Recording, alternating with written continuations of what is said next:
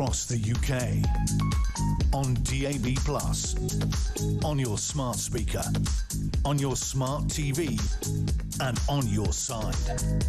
This is Talk.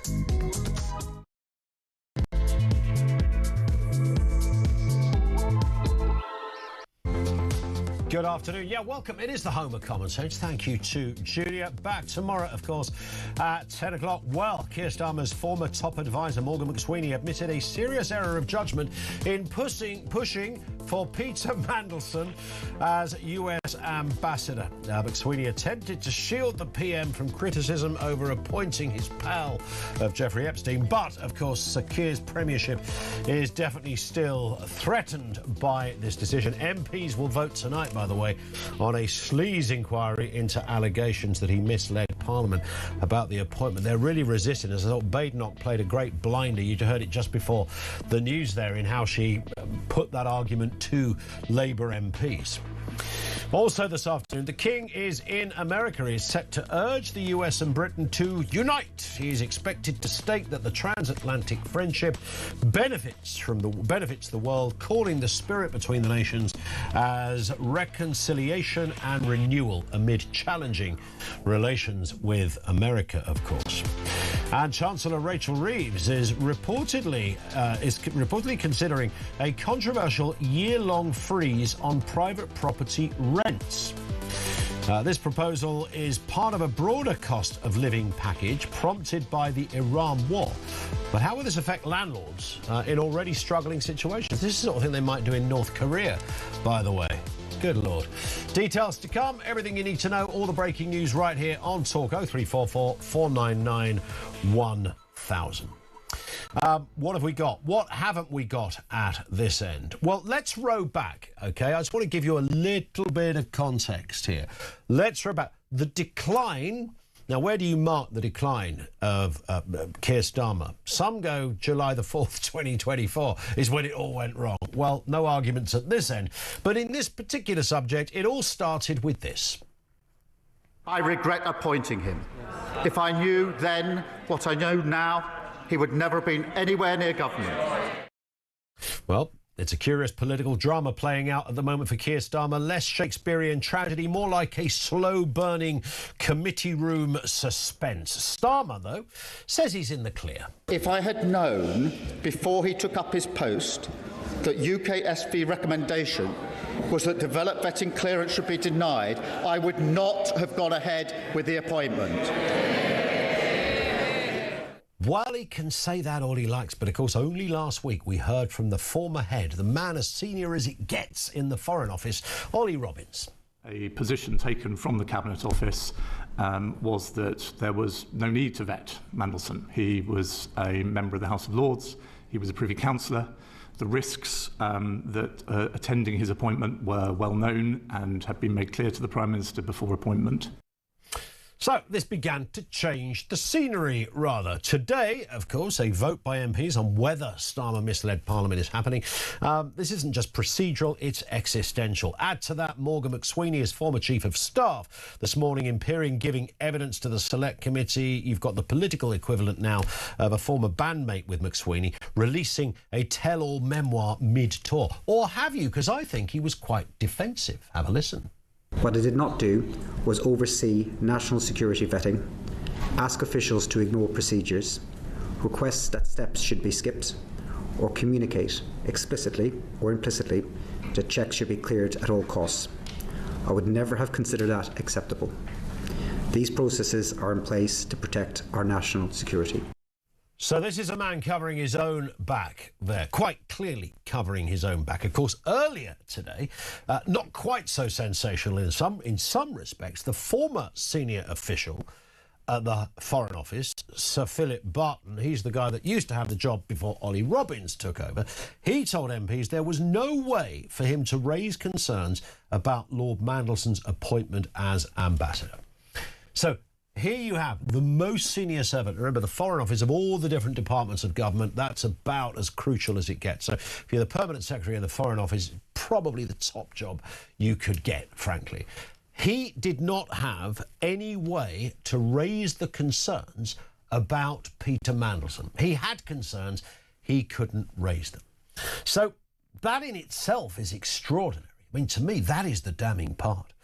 McSweeney being slightly more defensive of the government. But is Starmer finished on this one? I mean, not quite, but this is undeniably dangerous territory. British politics has a low tolerance of anything resembling dishonesty at the dispatch box, even if history shows a flexible relationship with the truth and the consequences of the truth. The real risk isn't just the vote tonight, it's the erosion of authority. And if you pick apart exactly everything we've just played you there, the last few weeks, the erosion of that, the continual drip effect of what we're finding out. Prime ministers do survive storms, but they rarely survive the longer outcome in cases like this.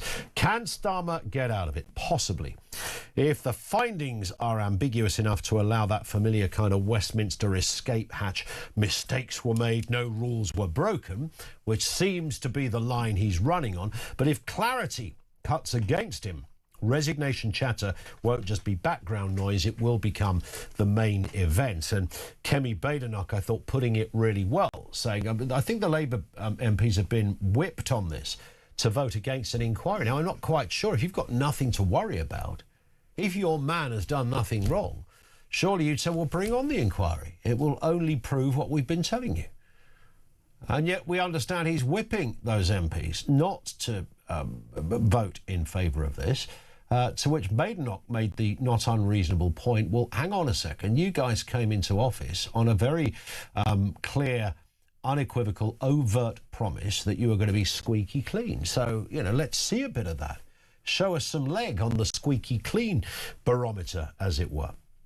So for now, Starmer isn't quite done, but he's close to the edge and that wind is picking up. But the clock is ticking. How long has Starmer got left? 0344 499 1000. You can call on that number, you can voice note on that number, and you can message on 87222.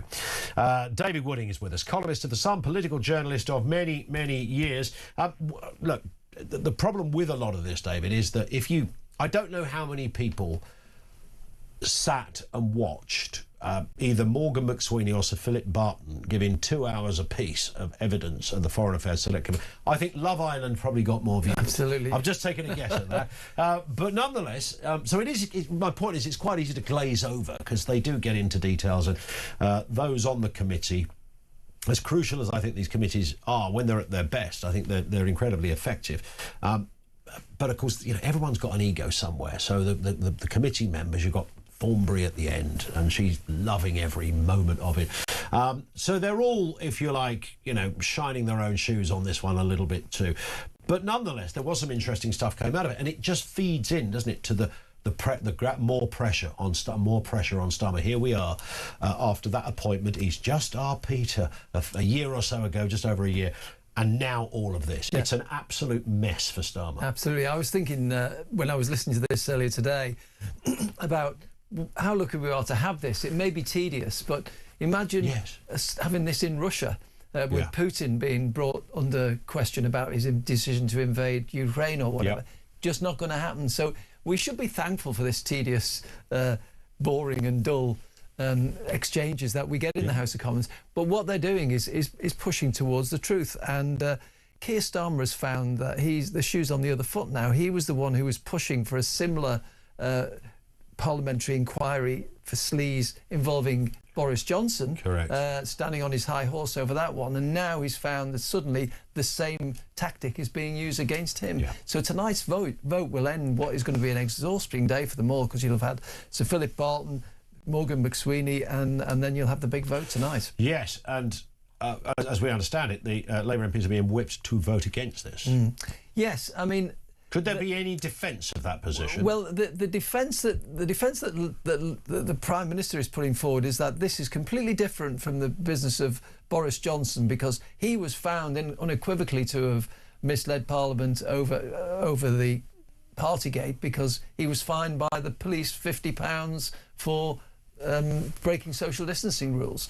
On this one, he's saying, well, it's not as clear cut as that, but you know, there are numbers of people saying, well, if you're not telling any lies. Let's. Well, yeah. If it's not as clear cut, then surely, if you're that confident over that position, come to the table, bring on the inquiry. You'd welcome it. In fact, you'd insist. You'd vote for it yourself. For and say, I'm clean. But there's two things here that he's worried about. One is losing the vote for obvious reasons, but also there are some MPs who want to bring him down on his own benches. On his own benches as well. And he doesn't want to give them a chance to trigger that leadership election, which he fears. What is the process then if a Labour MP, if they are whipped to vote in a certain way, what is the punishment if you go against it? Is that immediate suspension or considered a suspension? Well, it's in the hands of the party leader. You could suspend somebody, you could withdraw the whip.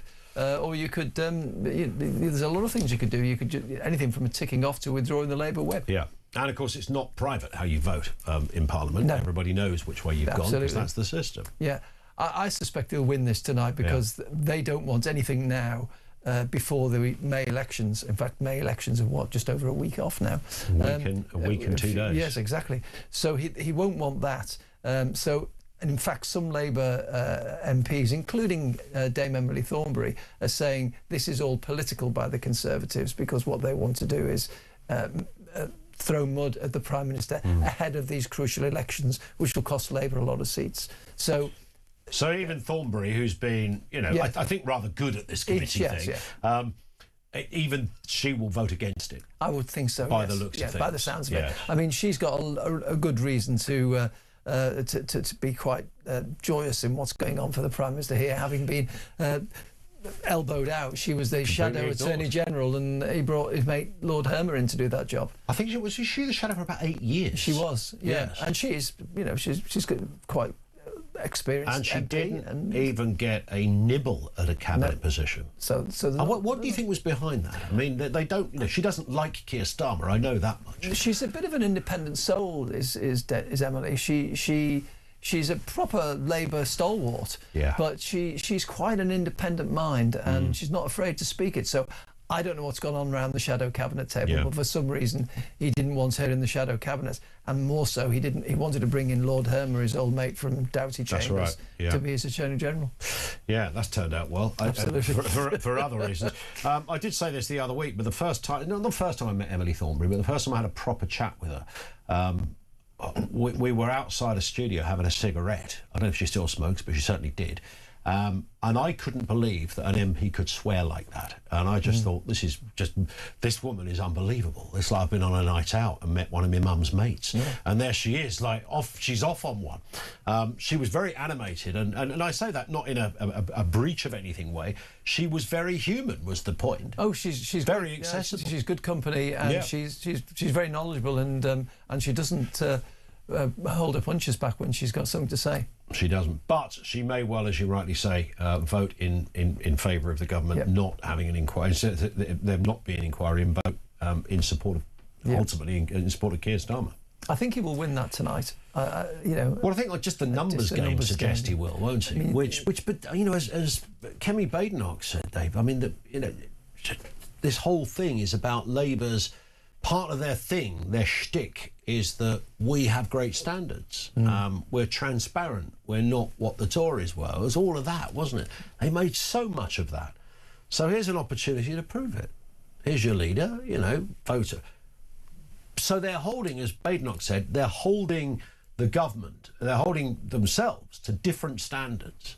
Yeah. To how they would hold everybody else. Absolutely. That's her point. And if this inquiry goes ahead, then it could be curtains for the Prime Minister then. Yes, it could well be, particularly if it turns out that he did. I mean, the inquiry could go ahead and they say, well, he didn't literally mislead Parliament, but you don't. It could be that, as I said at the beginning, you didn't actually mislead them, but you kind of sort of nearly did. And that would be damning enough. What was the phrase? Economic with the actuality. That's the one. That's the one. Let's look at while all of this is going on, of course, the King is out doing, PR in the United States. They know how to lay that on, don't they? Yeah. I mean, in fairness. Yeah. Did you see that? Did you see how many cars followed them afterwards? I kept watching it. I thought, are they replay? When they sometimes loop a picture? I thought, are they looping the picture? It was like J.D. Vance in Sevenoaks about a year ago. I don't know. Have you ever been in one of those? I went on a few diplomatic trips to Washington. Yes. And you get picked up in the cars and you're driven through. And it's like being in a train. I mean, you see them all bending round the road, and, and you realise how many cars are in front of you, and the blue flashing lights going. And this is just journalists. Yes. In the entourage, you know. A mate of mine who worked in Downing Street for Theresa May said he didn't realise that you could get to Gatwick from Downing Street in 20 minutes until he had that job. Because everything stops, doesn't it? It's just a constant journey. You haven't got any. There's no red lights. I once did a state visit by the Queen, the late Queen, in Paris. We were all over France, but we went to Paris, and she was going to the Arc de Triomphe and laying a wreath at the tomb of the unknown warrior, and they took the small press party down, and they took us right down the Champs-Élysées, and we had these outrider bikes, and they were blowing whistles, and they were kicking the cars with their feet as they drove past to part the ways, and we were straight down the Champs-Élysées through everything to the. That was about 2 hours ahead of the Queen, but we had to be there early. No messing around. Is that the one where a gendarme shouted out "Liverpool"? Or have I got that wrong? No, so I just make that up. So with the King being there, I thought they looked great when they arrived. It was nicely put together as a but huge security. Probably got 10 times the security they might have got if it was any other time. And it was it looks to be something quite special. The telling point will be this evening our time, 8 o'clock. He addresses Congress. He's not going to do anything daft, is it? He's not going to. The King's not going to say, "Oh, well, the trouble is with Starmer, he's not that good," but he is our Prime Minister. He's not going to do that. And I don't think Trump's going to make it political in any sort of statements either. No, I think they'll avoid that. I mean, I don't think they're also going to avoid the word special relationship, but they're going to talk about the bonds, the historic bonds between the two countries, and how important that relationship is to the rest of the world. Sure. If Britain and America are on good terms, that has a knock-on effect to the rest of the world. Of course. And I think he's going to talk about that and how important that is historically and moving on into the future. Not agreeing on everything, but also being there for each other. Spot on. Dave Wooding is with us. We're looking at the big stories of the day. Also, how long, realistically, has Keir Starmer got left? I mean, some are still suggesting before the May 7th elections. I can't see that happening, Dave. That's like 9 days' time. That's not going to happen. How long do you think? 03444991000. Your thoughts on the King's visit to America? It's only hours into that visit, but it's looking good and sharp, and the visuals are quite nice. Thoughts on that as well. Lines are open. 1:20. This is Talk.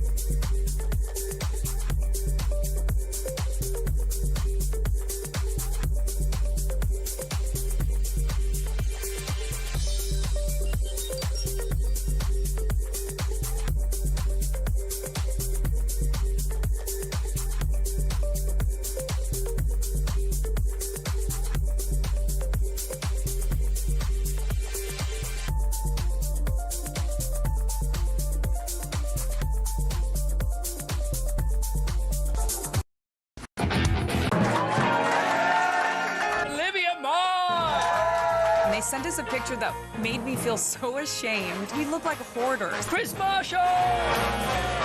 Yeah, I'm actually recovering from an accident right now. You've landed loose today, haven't you? Yeah, don't shake the arm, Chris, too much. You're with Danny Boyle, who's like the maddest director ever. He's got so much energy. He's like you.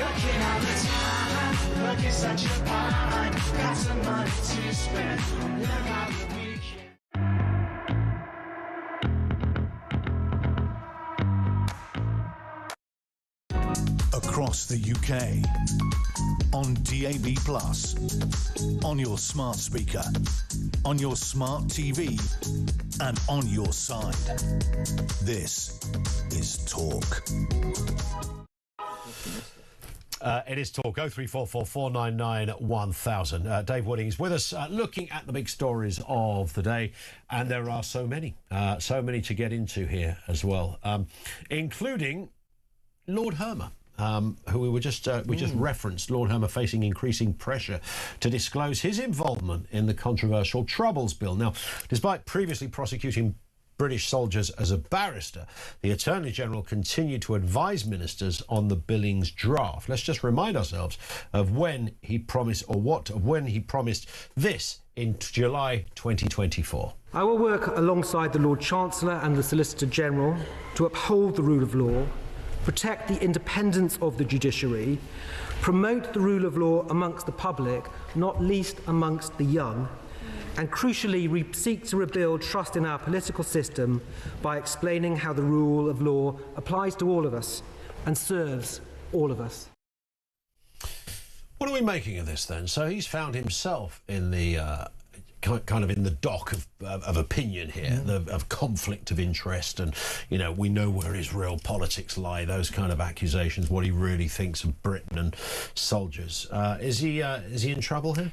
He possibly is. I mean, we've seen what Keir Starmer does when he's in a bit of trouble himself, and that is to throw people under a bus. Yeah. And, it might well be that we were talking about Emily Thornberry before, that Emily Thornberry could be brought back into the fold in a reshuffle if he decides to elbow out Lord Hermer. It depends on how long this goes on.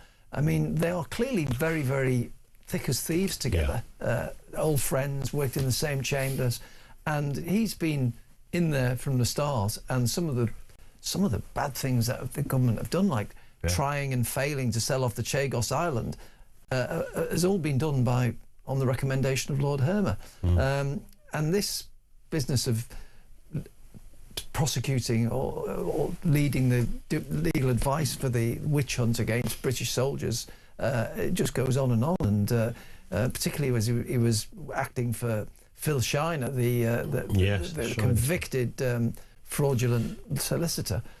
So there's a lot of trouble he's in.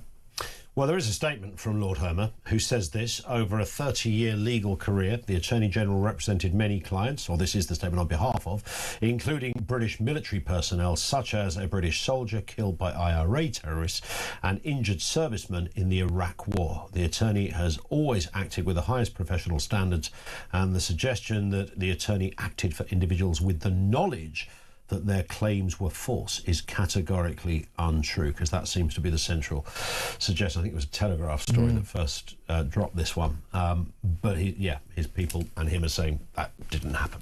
But this controversy is there, and he was acting on a no-win, no-fee basis for the agents of these Iraqis who were claiming wrongly that they were that they were tortured or murdered by British troops. And at some stage during that inquiry, it was quite clear that these claims were all fraudulent, because Phil Shiner had in fact got agents out on the ground telling people that they could easily get money off the British state.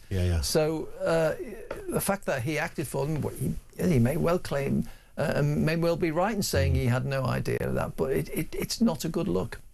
I think Hermer is part of that kind of clique of sort of left-wing human rights barristers that just, patriotism and all of that, the armed forces, the flag, the national anthem. People like him loathe all that stuff. No, they absolutely hate it. It just goes against everything they stand for. I mean, I think the Chagos thing, the idea, to them, the mere idea that there's a British flag, a Union flag, flying over a sunny island on the other side of the world is enough to make them want to throw up their own larynx. I mean, I think that's the kind of way it gets them. They can't. It's like the old. It's the old days, the Royal Britannia. And we keep hearing about international law. We never hear about British law. It's always international law and Human Rights Act. I mean, I spoke to a judge who I'm quite friendly with, who once said to me that the Human Rights Act was a license to print money for the legal establishment. And it is. It really is. I mean, you have to look at migration. Yeah. Human rights lawyers are making a packet out of this. Yeah. Most of the money that goes on these failed asylum seekers isn't going to the asylum seekers themselves in benefits. It's going to these lawyers who are using legal aid to press their claims. Yeah. And this one, Dave, this, tell us something we didn't know. Security guards are increasingly being told not to physically stop shoplifters following deter and not detain policies, prioritising safety and liability concerns. Police have recorded 516 or pretty much 517,000 shoplifting offences in England and Wales in 2024. That's the highest level since records began. Now, what's interesting about it, there's been a couple of high-profile stories. One was Morrison's, I think the other was Waitrose, where a couple of members of staff challenged shoplifters and they've lost their job over it. The room does divide on this. A mate of mine who manages a very large, well-known supermarket, he said, we have a rule. Our staff do not challenge these people. We live in quite a violent world. It is really not worth risking your life over a flipping Easter egg theft or something. So that's the reason the rule is in place. And apparently there are examples of people who have challenged shoplifters. One guy ended up in a coma for 6 months, because somebody tried to nick, a couple of tins of beans or something. Just wasn't worth it. However, if you're the security guard in the supermarket, you might think the rules of engagement change a bit there. The clue is kind of in the name, isn't it? Yeah, and bouncers, as we used to call them. You'd think that something would be done when you see 3 or 4 men coming into a shop and just clearing the shelves brazenly, shamelessly, swiping everything in sight. And nothing is done about that. Again, it's all about policing, really. I mean, there's something like 800 shoplifting offences committed every day in this country now.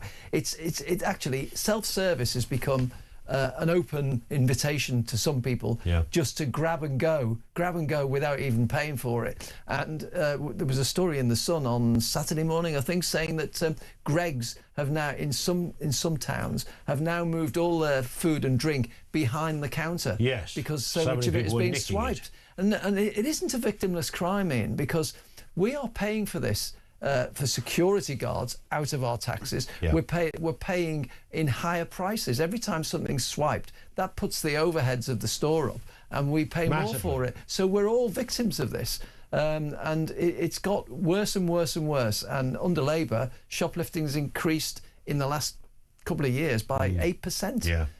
So it is, something has to be done about this. And of course, if they get caught, what do they get? Nothing. Ticking off by the police. Yeah. If they go to the court, never going to go to jail for that. Well, if anything under a year now, they're saying they're not. The government is saying they're not going to jail anybody if it's less than a year. So there's no chance of them going to jail anyway. We live in a weird world when you have to put a security tag on a sausage roll, Dave. That's all I'm saying. It's on everything. That's quite symbolic. There are other stories, aren't they? Right. Toothpaste. Towels, everything have got security tags on them. It's not just bottles of, top-notch whiskey. No, it's champagne. It's everything else. But it doesn't make any difference anyway, because they will nick it. And I just don't understand that. Back in the day, I heard somebody saying this. In fact, we've had lots of callers say this to us. Before, there was a sense that there was a consequence to it, even if the store staff weren't chasing somebody and holding them down. It might not have been that, but they were following them and they'd follow them out the store. I mean, the manager, by the way, that I was talking about, that supported his company's position in staff not challenging, certainly physically challenging shoplifters, said when he first started, he worked at this store since he was like 16. He did the shelf stacking, made his way up. He said, we used to chase them across town. He said, we'd end up in the NCP on level 3. He said, I used to get me a 5K run-in chasing shoplifters. He said, it always... When there was that kind of sense that someone is going to run after you, that's when I think shoplifters took it a bit more seriously. Yes. But now all of that has gone. And now even the security guard... I know, look, my local supermarket, Arthritis Alley, who's the supermarket man there, he can't run, can hardly walk out of his little pod. So he's not going to be chasing anybody anytime soon. And it's the small traders I fear. You run a small jewellery shop in the high street. Somebody goes in, swipes something, and runs. It could drive you out of business. It's an epidemic at the moment. Listen, Dave, we've hit the clock. But good to see you again. Always a pleasure. Dave Whitting with us on the programme, 0344 499 1000. And that question, realistically, how long has Keir Starmer got left? There's a lot of moving parts of this story. A couple more we saw today play out in front of the Foreign Affairs Select Committee. That vote this evening, it's a pile-on all round, regardless of where you sit on the issue. How long do you give the Prime Minister? 0344 499 1000.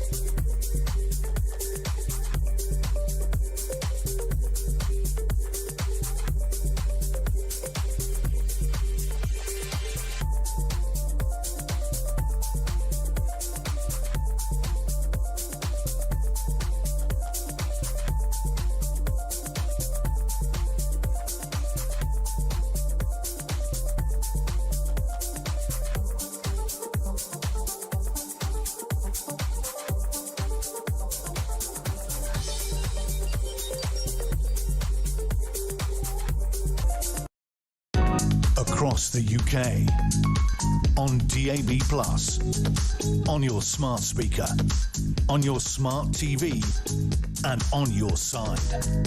This is Talk. It is Talk 25 to 2. So, Morgan McSweeney, Keir Starmer's former Chief of Staff, has told the Foreign Affairs Committee that he worried Lord Mandelson's controversial US ambassador appointment would go wrong, denying he pressured Whitehall to approve it. He did nothing wrong, so he says. McSweeney resigned, of course, in February over the scandal, stated he didn't try and push anything through due to the risks. Let's have a listen to what he said just a couple of hours ago.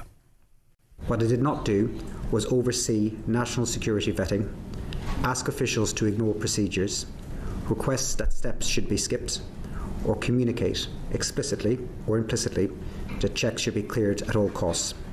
I would never have considered that acceptable. These processes are in place to protect our national security. Nice man. Let's speak with Adam Sherry firstly, editorial director at Guido Fawkes. Adam, good afternoon to you. Nice to have you with us.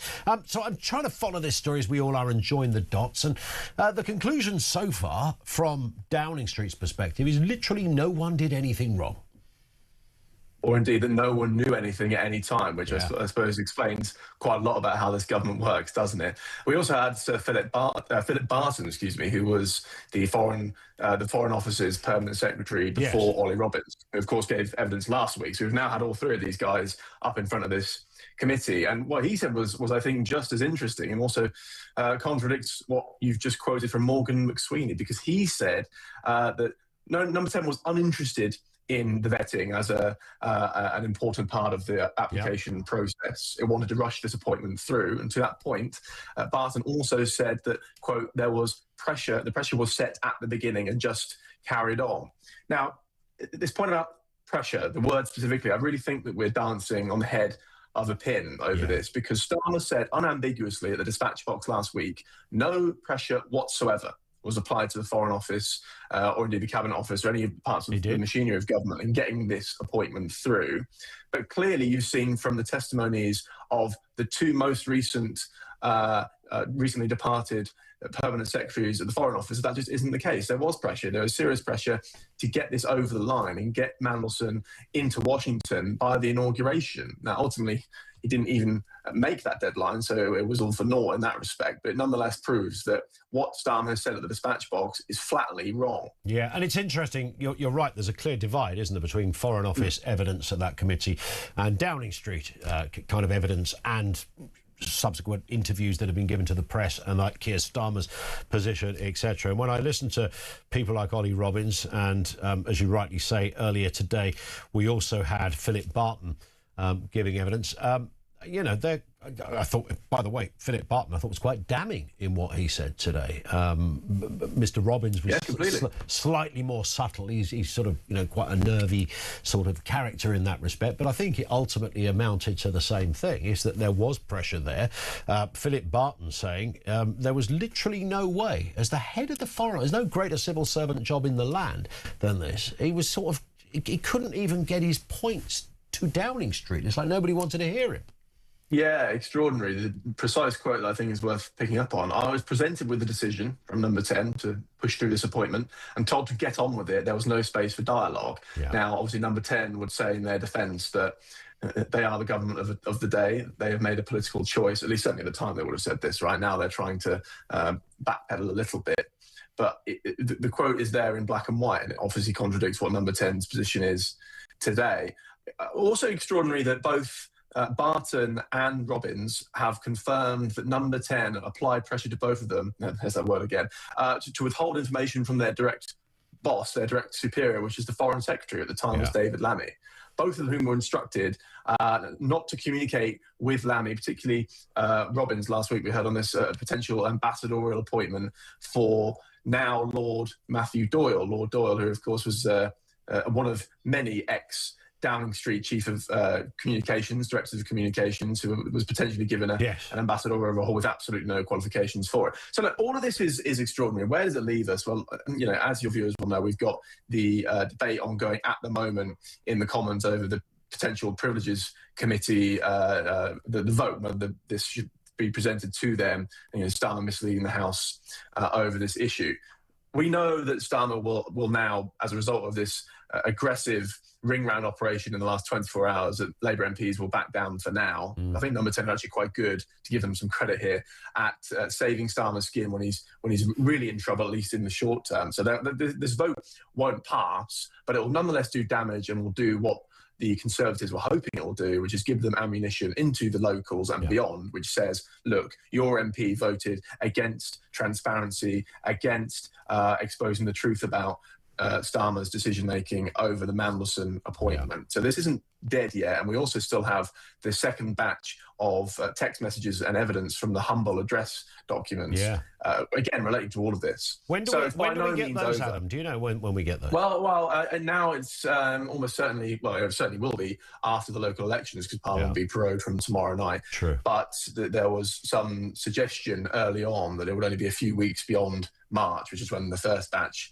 was released. They've obviously realised that, okay, well, there's a lot of material here, but cynically, it's not helpful to have this come out before the locals either, is it? True. So, once it comes out, that damages Starmer further if he's even in situ by then. I mean, he probably will, at least for the foreseeable, be in Number 10, but I can't see him lasting much longer. As I said, he's close to the edge and the wind is picking up, isn't it? And I don't know whether you know what politics is like, Adam. Perceptions become realities, and rightly or wrongly, and I think rightly, the perception is that that the evidence is mounting, the levels of heady ineptitude, the lack of transparency, and as Kemi Badenoch completely reasonably said, around about 10-1 this afternoon. Look, Labour MPs, they came in on this ticket of transparency and decency. We're not like you lot. We're different. We're no stone unturned, unequivocal that they will be the most honest, kind of open government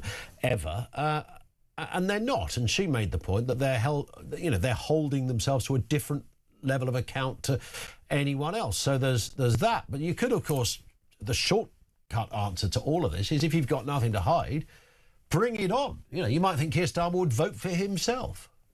Well, certainly the Tories are making the argument that Boris Johnson didn't three-line whip against the Privileges Committee vote in 2022 over Partygate, so there is some precedent here, and he's breaking from it. And again, as you said, time and again, when Starmer finds himself in tricky waters, which is every 10 minutes, where there's a whole history of evidence to accuse him of hypocrisy, given where he was when the shoe was on the other foot, to mix my metaphors slightly.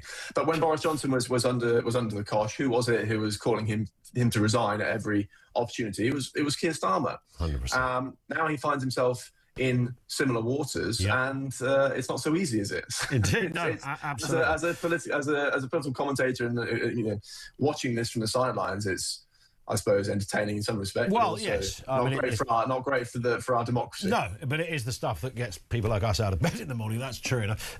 We've been asking the question, realistically, how long has Starmer got left? What is your assessment? Yeah, I don't see, certainly that I would bet a lot that he's not here by Christmas. Probably at some point in the summer he goes. When someone goes over there's no point in going over the top before the locals. If you're an MP, if you're a backbencher, or indeed someone who's gunning for the job, wait and pin all the damage on him. Then it's a question of process and how long it takes to dislodge him, whether he'll go quietly, whether there are a whole bunch of variables. But I would guess that the conference in, I think, late September, early October, around that time in autumn, is an ideal point to have either a coronation or certainly at the very least hustings between the last 2 or 3 candidates. So that's sort of timeline I think we're looking at. I think over the summer you see this all fall apart, and then perhaps by the budget, it's the first budget of the new administration. That chronology sounds kind of about where I think it's most likely to go. It could all change. Of course. Might happen this afternoon. Who knows? Adam, thank you as ever for your time. Adam Cherry is editorial director at Guido Fawkes. James Matthewson also joins us, former Labour Party spokesman, writer and commentator. Afternoon to you, James. Look, I know you're not the greatest fan of Keir Starmer, and you're probably not the greatest fan of Guido Fawkes, but there was probably a fair amount in what Adam just said that you might actually agree with. Yeah, it's really annoying at the moment, Ian, as you can imagine, because I don't like agreeing with you. I don't like agreing with Adam. I don't like agreeing with anyone. Yeah. And I'm happy to, aren't I? Because this is the situation. You don't always agree with yourself. It's that bad. None of us do, no. But I mean, I do think at the moment, the situation that Keir Starmer's in is probably one that is uniting many people across the political spectrum. Yeah. That's probably the only silver lining I can find in this cloud, unfortunately. What do you make of where we're at? Because I appreciate that opposition parties piling on to the government in power is sort of what you do, whatever way round it happens to be. The evidence that Morgan McSweeney gave today, in reality, wasn't that damning for Keir Starmer. What the former head of the Foreign Office was more damning. So Starmer, on the specifics, on the actuality, Starmer is probably going to survive this. But what is your assessment of it, aside from whether, he said, she said, I believe him, but not him? What is your own view on where we're at on this and what you think of Keir Starmer so far and his ability to survive this? Yeah, I think it's very difficult. I mean, it's done nothing to, I don't know, bring me back into the fold and make me encouraged to rejoin the Labour Party and even fight for change within the Labour Party. So I can't imagine how people in the Labour Party are feeling. They'll not be feeling particularly energised. And right now is the time you need them to feel energised, because they're going out and knocking on doors and asking people to vote for them in council elections. And there's no more of a kind of a terrible task than that in politics, Ian, because, you're having to confront the public. You're having to stand on the doorstep and you're having to say, you should vote for us. Now in Scotland, up here where I am in Edinburgh, it's even more of a difficult challenge for Labour because, of course, Anas Sarwar's broken away from Starmer. So he faces that double-edged sword of people saying, why should I vote for you? You don't even believe in your own Prime Minister. Yeah. But at the same time, him saying, put your faith in me to run Scotland. So I think it's just a complete mess. I do agree with Adam's timeline that he kind of set out. That seems logical. I just don't know if there's much, unfortunately, we can do to try and convince Keir Starmer that he can't just power on, because that is his kind of default response to things. I think people forget this with him. He's a very competitive person. He's somebody who likes to power on and power through. But unfortunately, with these kind of things, it's not going to get any better. I don't see him doing any better than he did with the Iran war stuff. And even then, it was kind of the best of a bad bunch. Yeah. People were pleased to see him stand up to Trump. but he hasn't even learned the positives in that. He hasn't even learned the lessons from that he needed to learn, which was, people want to see you have a bit of spine. They want to see you have a backbone. And I think McSweeney's testimony this morning, I mean, I'm, put it on record. I think I put it on record many times. I'm not a fan of McSweeney, but I wasn't expecting anything different to what we saw, really. I mean, no, agreed. He complimented Starmer several times. Yeah. Starmer is his legacy as a political operative, so I wasn't surprised by any of it. Yeah, just interesting watching where the sort of movers and shakers are around this, the sort of potential leadership contest. Depending on how it pans out, you've got Rayner, you've got Burnham. I know Ed Miliband, many people, possibly yourself, said it won't be him. But whoever it happens to be, we could end up for a while in a curious position where Keir Starmer is not the leader of the party, but he remains the Prime Minister. Yeah, I mean, a position that many prime ministers in recent memory have been in as well. Yeah. We've seen that happen quite a few times. We saw it with Theresa May, with David Cameron, even with Rishi Sunak. So I do think that is a likely outcome. And he might be more comfortable in that position. I know that sounds mad, right? But this is a guy who likes the office. He doesn't like the politics that come with it. So I think it makes sense for him to see this duty-bound position. Yeah. He can hand it over to someone. That's the way I think they could convince him to go. But it will be somebody like Morgan McSweeney who will have to say to him, the game's up, Keir, you've got to kind of pass the torch now. But I think people like Rayner, I would love to see an Andy Burnham leadership. I don't think it's going to happen. I don't think there's a route to it. There's no route to it that Starmer can't block, which he'll continue to do, I think, until he's out. And Angela Rayner is probably the best hope. She's the person I would put my money on. And she's probably the only person in the Parliamentary Labour Party who could convince me to come back as a member. Interesting. James, thank you. James Mathewson, former Labour Party spokesman. Thank you to him. Over to you. 0344 499 1000. So many calls and comments on this one. Just realistically, taking your own kind of politics or your anger with Starmer, and there can be many reasons why you got the hump with Keir Starmer, taking all of that out of the equation. Realistically, how long? Objectively, how long has Keir Starmer got left? 0344 499 1000. This is Talk.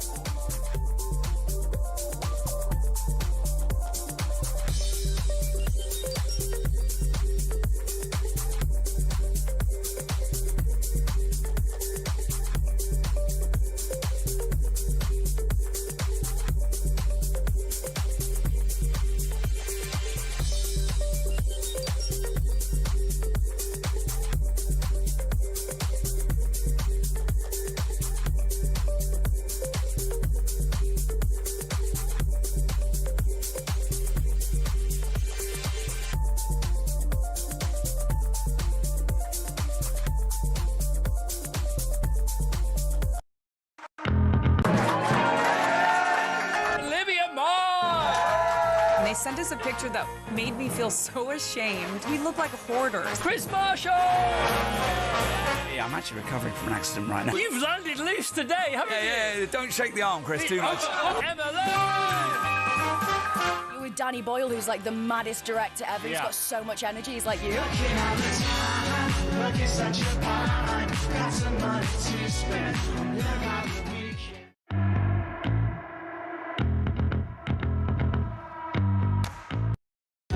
Across the UK, on DAB+, on your smart speaker, on your smart TV, and on your side. This is Talk.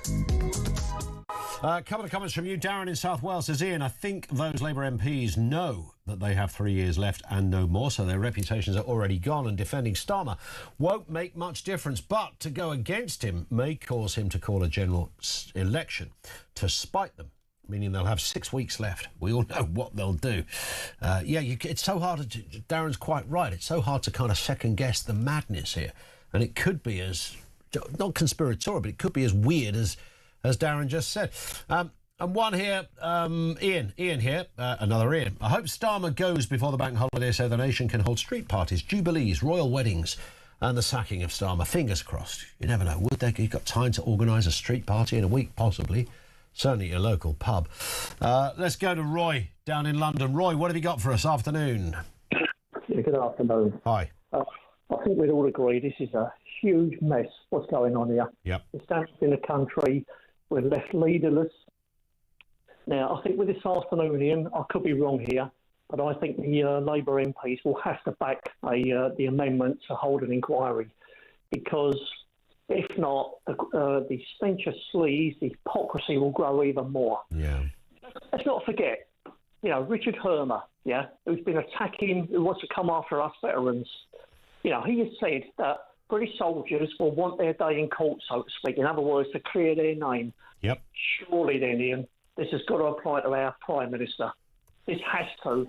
If it doesn't, if this vote doesn't go ahead, I just think for Labour MPs, the hammering they're going to get in on May the 7th will be like nothing that's been experienced before. It seems to me to be a spectacular own goal, though, Roy, because you would think, based on the fact that I've done nothing wrong, which is Keir's position, you'd think even Keir Starmer would vote in favour of an inquiry, because if he's that confident, it would clear him. Well, look, he knows he's safe for the time being, I mean, he's certainly what you would call a dead man walking, because who could take over now? Your previous guest was maybe alluding to Angela Rayner. I mean, Lord help us. Yeah. This is someone who calls people scum, sexist, racist, because they may have a different opinion. And I think we all saw that voice, or heard that voice recording. Yeah. I think our country's in a bad way, Ian. It really is.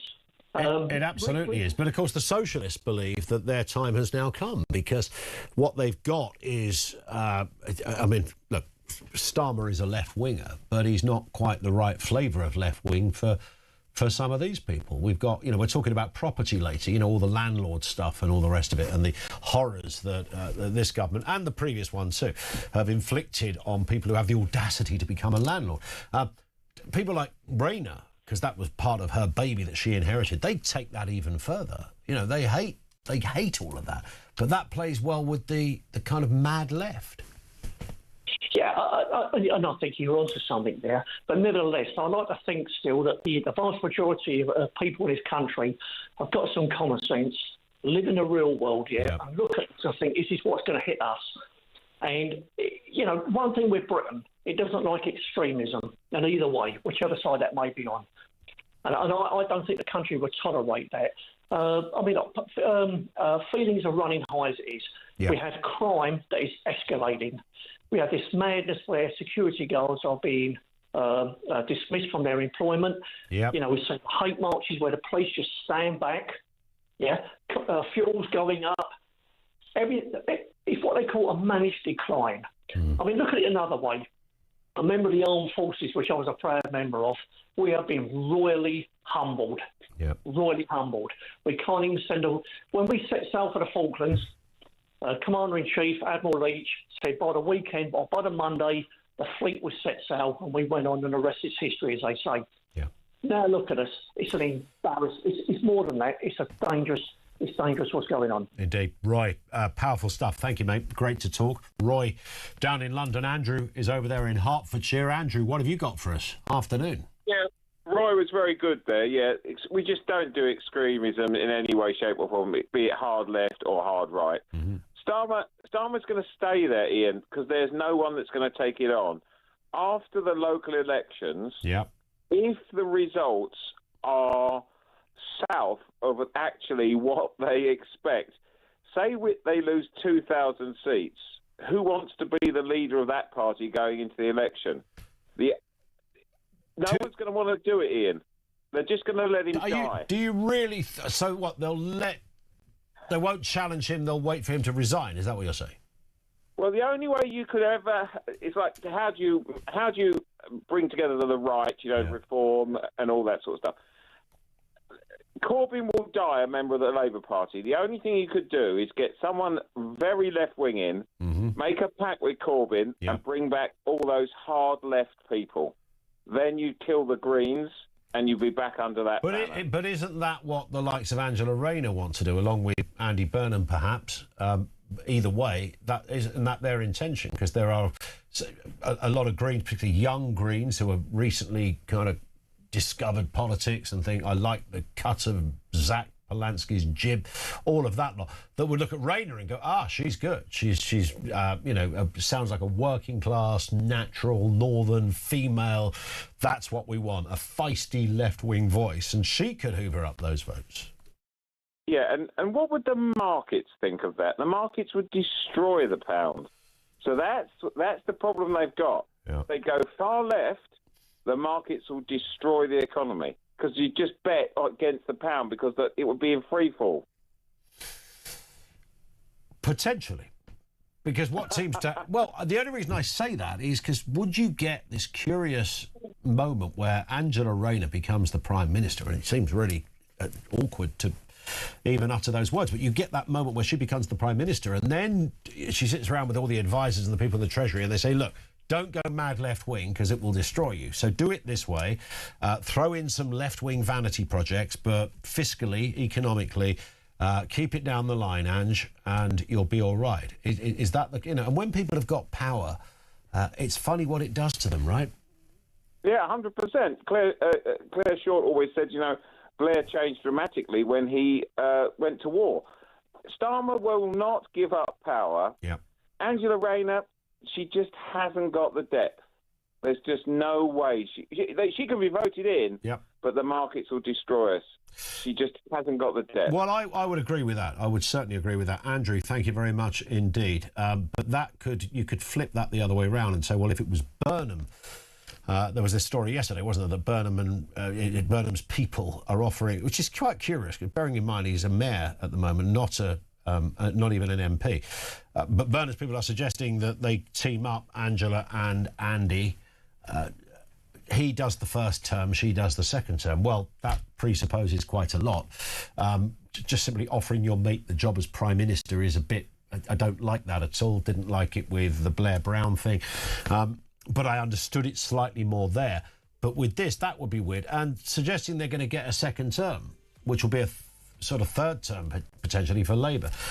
If that is true, is Andy Burnham the man for Labour? I don't know. Realistically, objectively, taking your own politics out of it, how long has Keir Starmer got left? What do you make of that? This one in from Doc, who says, I think those Labour MPs know they have 3 years left and no more, so their reputations have already gone. I think I just read that, actually. Happy to read it again.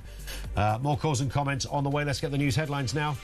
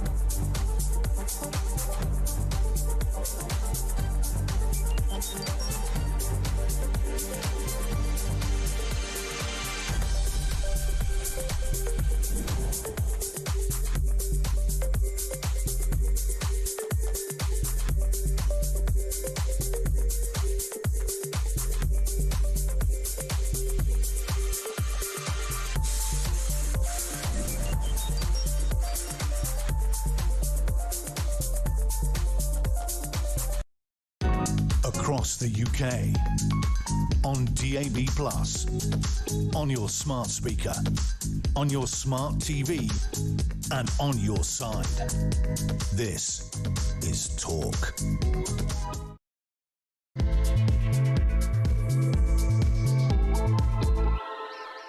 And good afternoon. Welcome back. 3 minutes after 2 o'clock. Loads to get on with. This is the home of common sense. Keir Starmer's top advisor, former top advisor, Morgan McSweeney, has admitted a serious error of judgment for pushing Peter Mandelson to be the US ambassador. McSweeney attempted to shield the Prime Minister from criticism over appointing the pal of Jeffrey Epstein, but Sir Keir's premiership is definitely still threatened by the decision. MPs, of course, will vote tonight on a sleaze inquiry into allegations that Starmer misled Parliament. The Prime Minister is set to whip his own MPs to vote against it. I mean, it's a nice try. It will probably pay off. He's arguably on that point in the clear. We'll follow and we'll continue to take your calls. We're asking the question, realistically, how long has Keir Starmer got left? Also this afternoon, the King is in the United States and is set to urge the US and Britain to unite. He's expected to state that the transatlantic friendship benefits the world, calling the spirit between the two nations reconciliation and renewal amid challenging US-UK relations. It's been a bit wobbly of late. Details to come. And Chancellor Rachel Reeves is reportedly considering a controversial year-long rent freeze for private properties in England. This proposal is part of a broader cost of living package prompted by the Iran war. But how will this affect landlords in already struggling situations? More on that to come. Everything you need to know, all the breaking news right here on Talk. 0344 499 1000. Margaret in Birmingham says Starmer will still be there, switching on the lights. 5, 4, 3, 2. What do you remember that? Oh, look, it lights up. He thinks he has the right to be there, and Morgan McSweeney can't recall. Chief of Staff with a bad memory. Yes, says Margaret. Thank you for that. Reg says, I'm currently driving around Knightsbridge in Mayfair. I don't think I've ever seen so much rubbish all over the place. It's unbelievable. This is our capital city. No wonder tourists are staying away. What on earth is going on? And you only need to be a fan of the Monopoly board to know that when you're in Mayfair, this is not an area that you kind of associate with being a bit of a tip. But it's quite extraordinary which parts of previous opulent London you can mooch around in and discover it still needs a lick of paint and some rubbish cleared up as well. 0344 499 1000. How long has Starmer realistically got? We'll ask that question. Thoughts on the King as well. He's in America, of course, on his way to, well, he's going to be addressing Congress later this evening, an evening our time. So that in itself is clearly going to be an incredible moment. Right now it all looks tickety-boo. They met, they shook hands, they had a cup of tea and a nice slice of cake, had the walk around in the Rose Garden. Everything's fabulous. Would it change? Let's get a word on this, but the wider issue of Donald Trump and his strategy. James D. Boys is the author of US Grand Strategy and the Madman Theory. James, good afternoon to you, sir. Nice to see you again. Ian, it's been far too long. It's wonderful to speak to you again. Thank you for having me. Not at all. Well, congratulations on this absolute shelf breaker of a novel, a book, that you've released. This wasn't the work of a moment. Just give us the kind of synopsis, what it was you set out to do, look at and establish. Well, I started this about 5 years ago when Donald Trump was still in the last stages of his first term in office. So people are going to say this is very timely. It could easily not have been, of course, if Donald Trump had won a second term in office or if he'd been defeated in his attempt to regain office. What I try to talk about here is actually explain what the madman theory is. There's a lot of people, I'm sure your listeners will be well aware of them, who've tried to suggest that Donald Trump is indeed a madman applying a mad theory. And what I suggest in a non-partisan fashion, if I'm honest, is suggesting that this concept of a madman theory existed previously to Donald Trump. It is when a sane leader feigns irrationality to try to convince an adversary that it's in their best interest to acquiesce out of fear of a disproportionate response. So people suggesting that Donald Trump is mad immediately precludes the potential for utilising the madman theory as it's properly defined. Right, now that's interesting. And Nixon is the obvious go-to example here, which is, of course, a big chunk of what this is about. Indeed, and Richard Nixon is in many ways the fulcrum in this book. There is a large section of the book that disses with him, both as vice president when he sees what he believes is Dwight D. Eisenhower's use of this concept to end the Korean War. He and then Henry Kissinger attempt to use it to end the Vietnam War, and he is then an influence driving Donald Trump's actions in his attempts to leverage the madman theory against North Korea in his first term, and arguably with regard to Iran in his second term, and also with regard to trying to get the Europeans to pay more in terms of a GDP towards the defence of NATO. Yeah. And there's some obvious examples. The examples I know can run really deep through Donald Trump. But you look, for example, at tariffs. Yeah, we're going to put a tariff on there. Going to put a tariff on that. And you're thinking, really? Hang on a second. Whoa. All these tariffs. Oh no, I'm not going to put a tariff on that. Oh look, here's Zelensky. I'm going to put his lights out in the Oval Office. Public lashing. 2 weeks later, shaking hands. He's my best friend. Iran war. We're going to get that regime gone in 14 days. Oh look, we've got a new regime, but it's not a new regime. But you're still, all of this stuff you think is, when you look at it and think, well, it's full of contradictions. It doesn't quite make any sense. And what the hell is he actually standing? You think that is part of a kind of a deliberate, almost like a business maneuver. Well, what I can say is that at the heart of the madman theory is a deliberate attempt to destabilize a negotiating partner. Yeah. So if anybody's looking at this and saying, well, there is no strategy, there is no tactics, well, okay, maybe, but you're not in the room when it happens, you're not studying this. If you look at how the madman theory is deliberately attempting to destabilize, to confuse and confound an opponent, that exactly is what Donald Trump has been doing time and time again. And with regard to tariffs, for example, the pushback is, this taco concept of Trump always chickens out. Yeah. But at the heart of the madman theory is that you deliberately set a very, very high expectation about what you want to achieve in an attempt to then negotiate down, but you're still coming up from an existing low position. So with tariffs, there are no tariffs. You threaten 80%, you agree upon 40, you've now got 40% more tariffs, and the other side thinks, well, we've actually knocked it down from 80. The ultimate winner, of course, in this case is Donald Trump. Yeah, I was talking to somebody, knowing we were going to talk today, James, I was just trying to think of an example of this, and this isn't entirely new, but somebody worked in property who would go, they're doing a deal, say, the deal is up for 100 grand. The people who are trying to get the deal think we'll go down to 80. He comes in the room and offers them 10. And he doesn't just say it in a cheeky fashion. Mm-hmm. He means it. It's 10 grand. What you're offering me is rubbish. It's 10 grand. And they go, right, okay. They settle on 50 in the end. He wins every time. And it's that, isn't it? I mean, you can see his business brain being applied to his political job. You're absolutely right. A question I often get asked when I'm talking about this concept is, can you use the madman theory in everyday life?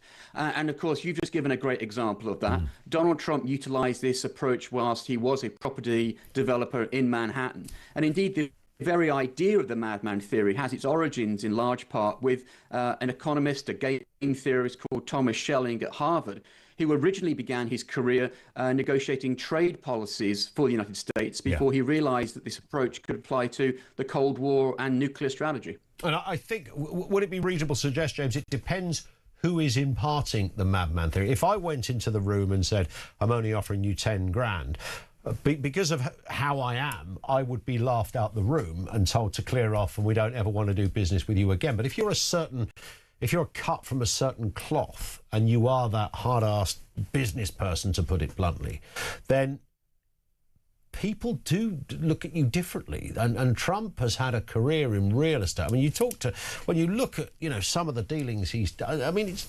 outrageous the way, often the relation. Don't care if a relationship is broken. Don't care if somebody's in tears at the end of the meeting. But the ultimate aim is to achieve this particular goal. And if it requires a certain level of kind of underpinned, what some people would say buffoonery, but it's actually, the madman theory carries with it, I would suggest, a fairly sort of intellectual base to it. These people they're not idiots. No, you're right. And indeed, my book looks at 3 examples of presidents who've done this: Eisenhower, Nixon, and now Trump. And all 3 of them have had to establish what I refer to as the credible threat. Dwight D. Eisenhower's credible threat was that he'd been Supreme Allied Commander of the European forces at a time when the United States had only recently, of course, deployed their nuclear arsenal upon Japan. Richard Nixon's credible threat, he believed, was based upon a career-long anti-communist streak that was extreme by the standards of the day. Donald Trump's credible threat, I would argue, is based upon his statements and writings based upon his real estate time in Manhattan. And again, what you've seen fascinatingly enough in the last couple of days, I'm sure you may have seen him, is Donald Trump a time traveler? Because all of a sudden now networks over here have discovered that Donald Trump was saying exactly what he's saying now about Iran to Oprah Winfrey and Barbara Walters back in the 1980s. He has a long-standing track record of disdain for America's diplomatic efforts, believing America's enemies and adversaries have ripped the country off routinely, and that Iran is an existential threat to the United States. So what you're seeing is a confluence of those 3 points coming around in the utilization of the madman theory, I think. And of course, the level of, again, to go back to the point I was making, James, and you could apply this to Nixon in a similar way. I mean, you know, you look at somebody like Nixon, I know everybody thinks about Watergate, but, you know, prior to all of that, imagine walking into the Oval Office for a private one-to-one meeting. I mean, you'd be quivering like a whippet, wouldn't you? I mean, the guy had something about him. And Donald Trump, certainly, I can only imagine your legs would go to jelly the minute you shook hands with the bloke. Well, absolutely. And of course, the Oval Office, since you raised that specifically, is designed very much to intimidate. It's a very oddly shaped room. Most people who've been in there are quite blown away by the dynamics of it. And it's the embodiment of the American power in the world, is embodied by the president. So anybody going in there, I think, is going to be somewhat intimidated. And if you have someone like Donald Trump, of course, and we saw this with the Zelensky meeting, a lot of people were confused and confounded about what was actually happening there. And that was all part of the madman theory, I argue, because what America was trying to do was to extrapolate a deal for rare earth minerals that Zelensky was prevaricating upon. Yeah. So you see an attempt to basically, you know, strong arm him in public, and it seems to have worked. Yeah, indeed. We can look at those kind of contradictions, but Putin was another one, wasn't he? He's my best friend. Now he's not my best. You know, I don't know what the guy's up to. I like Vlad. We spoke last night. You know, you think, wow, what's going on here? You know, is he Putin's sort of this 4D chess game that's being played out? There are very few figures, however, where you hear Donald Trump kind of almost, I wouldn't say defer to, but speak with absolute untouched, unbridled respect. But one of them is the king, the royal family, and of course they're over there at the moment. Is that that seems to be a place where Donald Trump's template of how he deals with life slightly goes out of the window? Yeah, indeed, and it's interesting because I'm, you know, I just spent the last 3 weeks in London. I am English. I live in Boston at this point, but it's very clear that Donald Trump does not have great popularity amongst the British electorate at this point, which is odd. Well, it's interesting because Donald Trump actually has great respect and admiration for the United Kingdom. He has family connections there. His mother was a great royalist. I'm sure that if you were to ask him, he would say that one of the highlights of his first term in office was the meeting with the Queen and the state visit to the United Kingdom. He is, of course, only the first ever president to receive 2 state visits to the UK. And I think it's great timing for His Majesty and the Queen to be visiting the United States at this point, at a time, of course, when there is great questions about the relationship between London and Washington, due in large part, I think, because of the all too obvious political divisions between the administrations in Downing Street and the White House at this point. I'm surprised, frankly, that relationship has lasted as long as it has between Starmer and Donald Trump. I think one needs to look at also the idea that you know, the White House will realise the thin ice that Starmer is on as Prime Minister, and ensure realising that it's not a relationship that's worth investing a lot of time and energy in, realising that the likelihood is that he will be replaced at some point in the coming months. Yeah, well, it could be Angela Rayner, so I mean that's going to be even more interesting to see. Heaven forbid. The madman and the mad woman, I don't know, but for altogether different reasons. And just briefly then, James, on Iran, I mean the strategy here, which again, it's full of those kind of, it's quite hard to follow what Trump is doing here. He does talk about wielding supreme power and military capability over what he can do. You know, if I have to go and blow the entire place up, I will. Those kind of statements. Is this something he can, I don't know whether the word win is the right word, but is this something he can come away with and claim success? Yeah, I think there's a number of very quick points I can make with regard to that, if I can. First of all, there's a lot of people who are saying there is no strategy here. I suggest to you that there's 40 former leaders of Iran who are no longer around, who might take issue with that if they were to be so, because of the decapitation of that regime.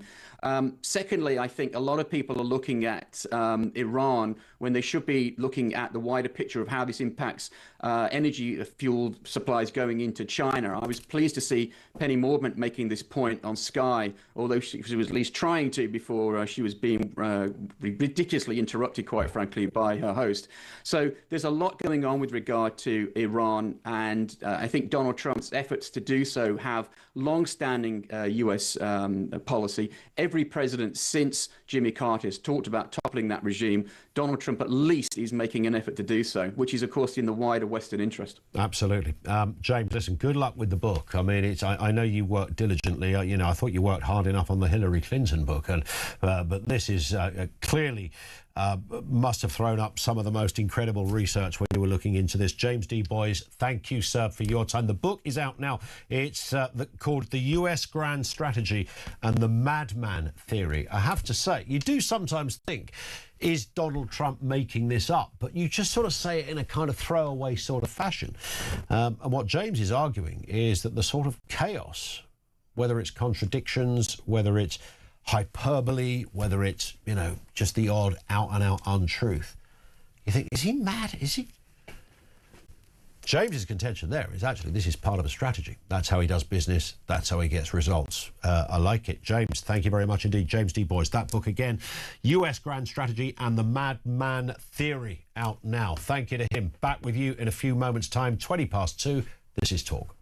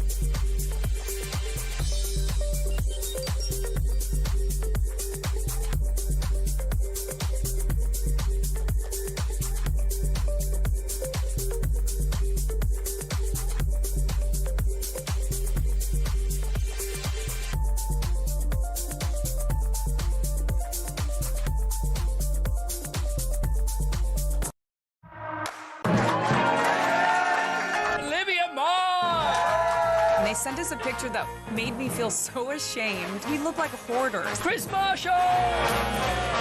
Yeah, I'm actually recovering from an accident right now. You've landed loose today, haven't you? Yeah, don't shake the arm, Chris, too much. You're with Danny Boyle, who's like the maddest director ever. He's got so much energy. He's like you.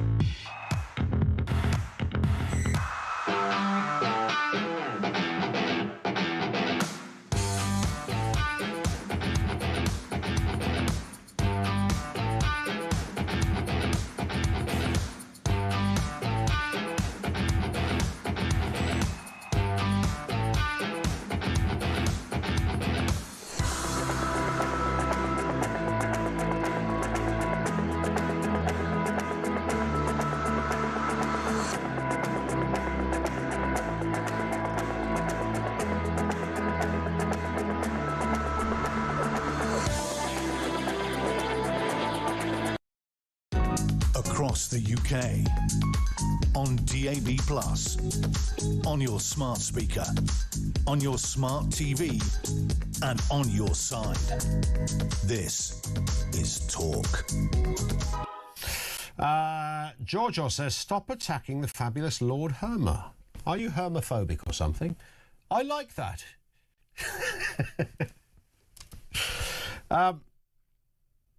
This one comes in from Mags, who says, a fairy story. Once upon a time, there was a phone, a very important phone. One day it went missing and the owner was very, very sad. Don't know where I am. We'll see this phone again. Will we see this phone again? Will there be a happy ending? That's Morgan's phone, of course.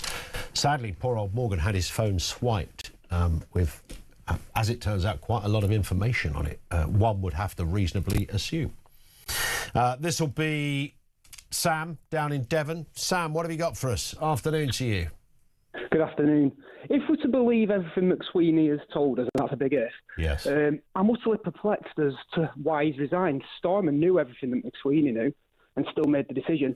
And if anything, as McSweeney said, he was told by other people that there was pros to hiring Mandelson.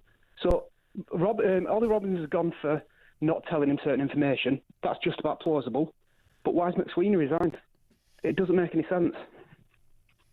No, not based on what he's now said. It's sort of at odds with his original reason for resigning, wasn't it? You know, that I bought some kind of... It's almost as if someone had to be the fall guy, and there's been a few fall guys under Keir Starmer's watch. So he decided, or Starmer said, look, Morgan, mate, can you just leg it, because it'll make me look a little bit better? I don't know. What could it have been? I think McSweeney probably performed a bit too well. He should have actually been a bit less decisive with what he said. He's not looking like a guy who's totally incompetent, which is what it would have looked to Starmer better, if that sort of makes sense.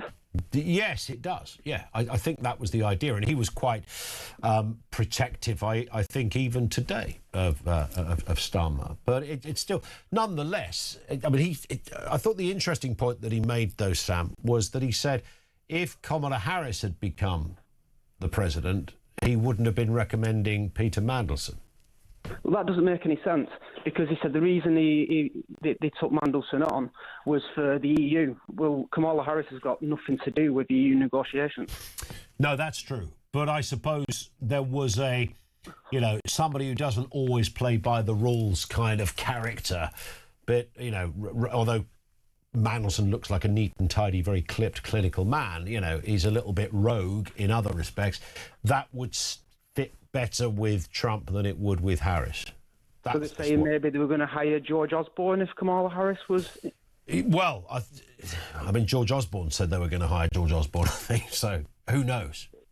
None of it stacks up, really. It all boils down to, it was just a terrible appointment to begin with. Why can't he... That's the point, isn't it? Yeah, that is the point. You didn't even need to get to these further stages of what's happened. Took it on the chin. Should have took it on the chin initially and said, I've absolutely made an absolute horlicks of this. Yeah. Anything that comes now is on me, but he's not. He's looked to blame everyone else but him. Yeah, classic. Sam, thank you very much indeed. Sam in Devon. I think there's probably a department that exists in number 10 or somewhere in Whitehall.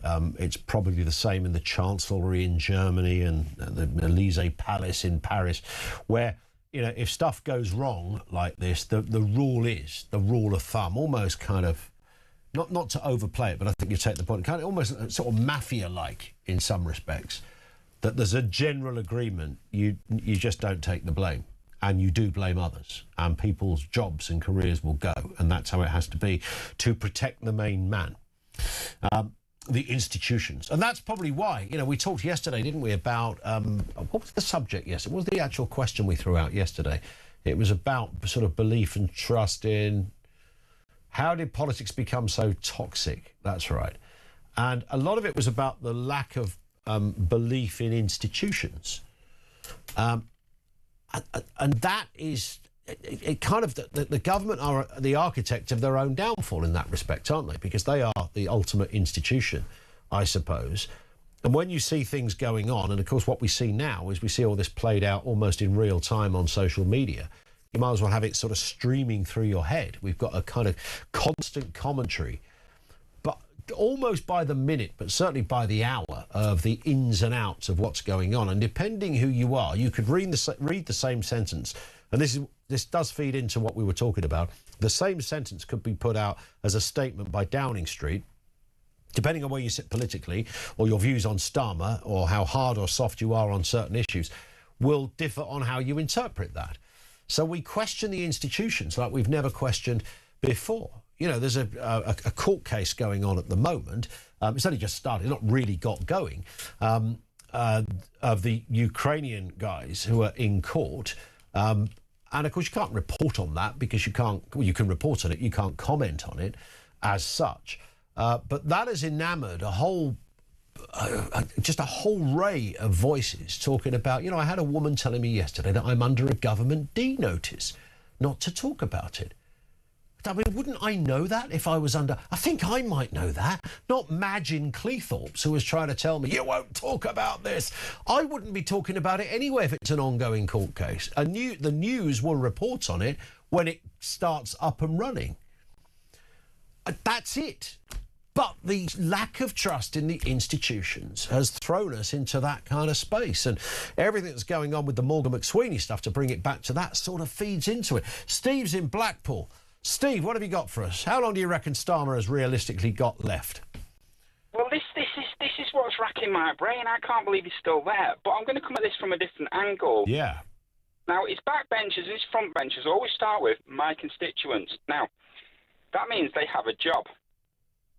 Yes? Yep. Starmer is their boss. Now, if my boss was that bad at his job, I'd say to my boss, you need to sort your ideas out, mate, because I'm going to lose my job. Yeah. So you would, but so they should have gone to Starmer. I don't understand why these MPs aren't standing up and saying we're going to be out of a job. Yeah. Whether you like it or not, I've got a I have my family to support, as everybody else does. Yeah, they get paid their £100,000 a year, or whatever the case may be. £100,000 nowadays is a tank of fuel. It's nothing. It's a tank of fuel. It's a great way to look at it, isn't it? This is my. It used to be a return trip to Florida, didn't it? £100 Exactly. But they're all sat there thinking they're sitting pretty. But the fact is, they didn't win the last election. Conservatives lost it. This country dumped them. It did. The Conservatives lost it. The same to Labour. And they didn't come back with a great return. And they came back with a majority, but not a great share of the vote. Not as good as Jeremy Corbyn, which is a bit weird. Exactly. So a lot of people lost their jobs because this country will do exactly what we say we will do, and we will put you out. It's as simple as that. Now, the MPs surely cannot be that daft. They're not looking out of the window and saying, I'm going to be out of a job pretty soon. But they're not. But they've still got till 2029, haven't they? Because they've still got until 2029, which sounds miles away, but we're already 2 years into that. Yeah. No, it's not. Nothing's. Yeah, the older you get, you realise nothing is miles away, don't you? It's just like it's all still just around the corner. But that would, even I know what you're saying. What do the MPs say to him though? Because he thinks he's doing all right. This is my point. Today he's got an 18% approval rating. 18%. Yep. I mean that's ridiculous. I know. It's absolutely mad. But it is a lot of that, just to mix in what we talked about yesterday and what we're talking about today. Is that because we habitually commentate on this stuff? It's never ending. You used to wake up in the morning, you might look at the headlines on a newspaper, you might not. And then the first you got of the news would have been maybe the news at 10 at night. Exactly, but the stuff he's doing, because it's so massive, Horlicks, call it what you want, it's not going to go away. And every day it's something new. It's not like we're dragging the same old stuff from months ago. It's something new every day. Yeah. Somebody's always doing something. Now, They've got a vote tonight, yeah, and he's turning around saying, "Well, if you don't vote for me, I'm going to suspend you." Personally, if I was an MP, I'd say suspend me, mate. Yes, well, I'm going to lose my job anyway. I do wonder. So It's do gonna, it. yeah, I mean, he's likely to win this vote, but it will be interesting who there's bound to be a handful of the Carl Turners of this world that perhaps don't vote in favour, although he's already an independent. So who knows? Listen, great to have you on, Steve.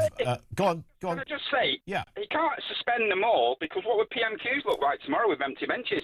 Yeah, but how many are going to vote? How many of it? There's no PMQs, by the way, tomorrow. So, but you're right. Yeah, in theory, what would it look like? Listen, Steve, thank you. Steve in Blackpool. It's a great point, but I don't know what Labour MPs, what choice they really have. The ultimate problem with Keir Starmer is Keir Starmer. He's not very good. Now, the opposite to that was Boris Johnson, because Boris Johnson could tell you everything was fantastic in an almost Trumpy kind of way when things were clearly not fantastic. The Brexit deal, Northern Ireland, it was all sorted. Everything's all brilliant. It's all fantastic. And essentially Theresa May's deal, given a slightly different name and a few different intonations here and there. So where is the happy medium in that? It's these kind of times that make David Cameron look like a really good leader. That's the place we're at. 0344 499 1000. Lines are open. How long has Keir Starmer got left? Loads more still to come. We are going to talk property a little later in the programme as well. Paul Champlina, who's our man, almost our go-to man when we talk about property. There's a lot of stories out there, rent freezes, people who can't evict tenants when they're literally not paying their rent. If you're a landlord, by the way, I want to hear from you. If you just simply rent out a property, probably just one property, and you've had GIP, and that GIP is about to increase because of the new rules and regulations which start this week. The whole Renters' Rights Bill is the Renters' Rights Act. It's done, dusted. The Tories have got their paw prints all over this. And, of course, Labour, Angela Rayner and co. took it to new giddy heights. So, thoughts on that. We're also going to be joined by Kate Faulkner, big property expert. She's right across that detail. Tracy Hanbury will be with us as well, one of the founders of the Landlord Investment Show, with that, the results, if you like, of what landlords are saying about this. Landlords is a multi-million pound industry. It's also propping up the housing shortage. The private sector is helping the government. They don't seem to acknowledge that. They're just interested in almost one rogue dodgepot with a leaky roof and some mould who thinks it's fine. 0344 499 1000.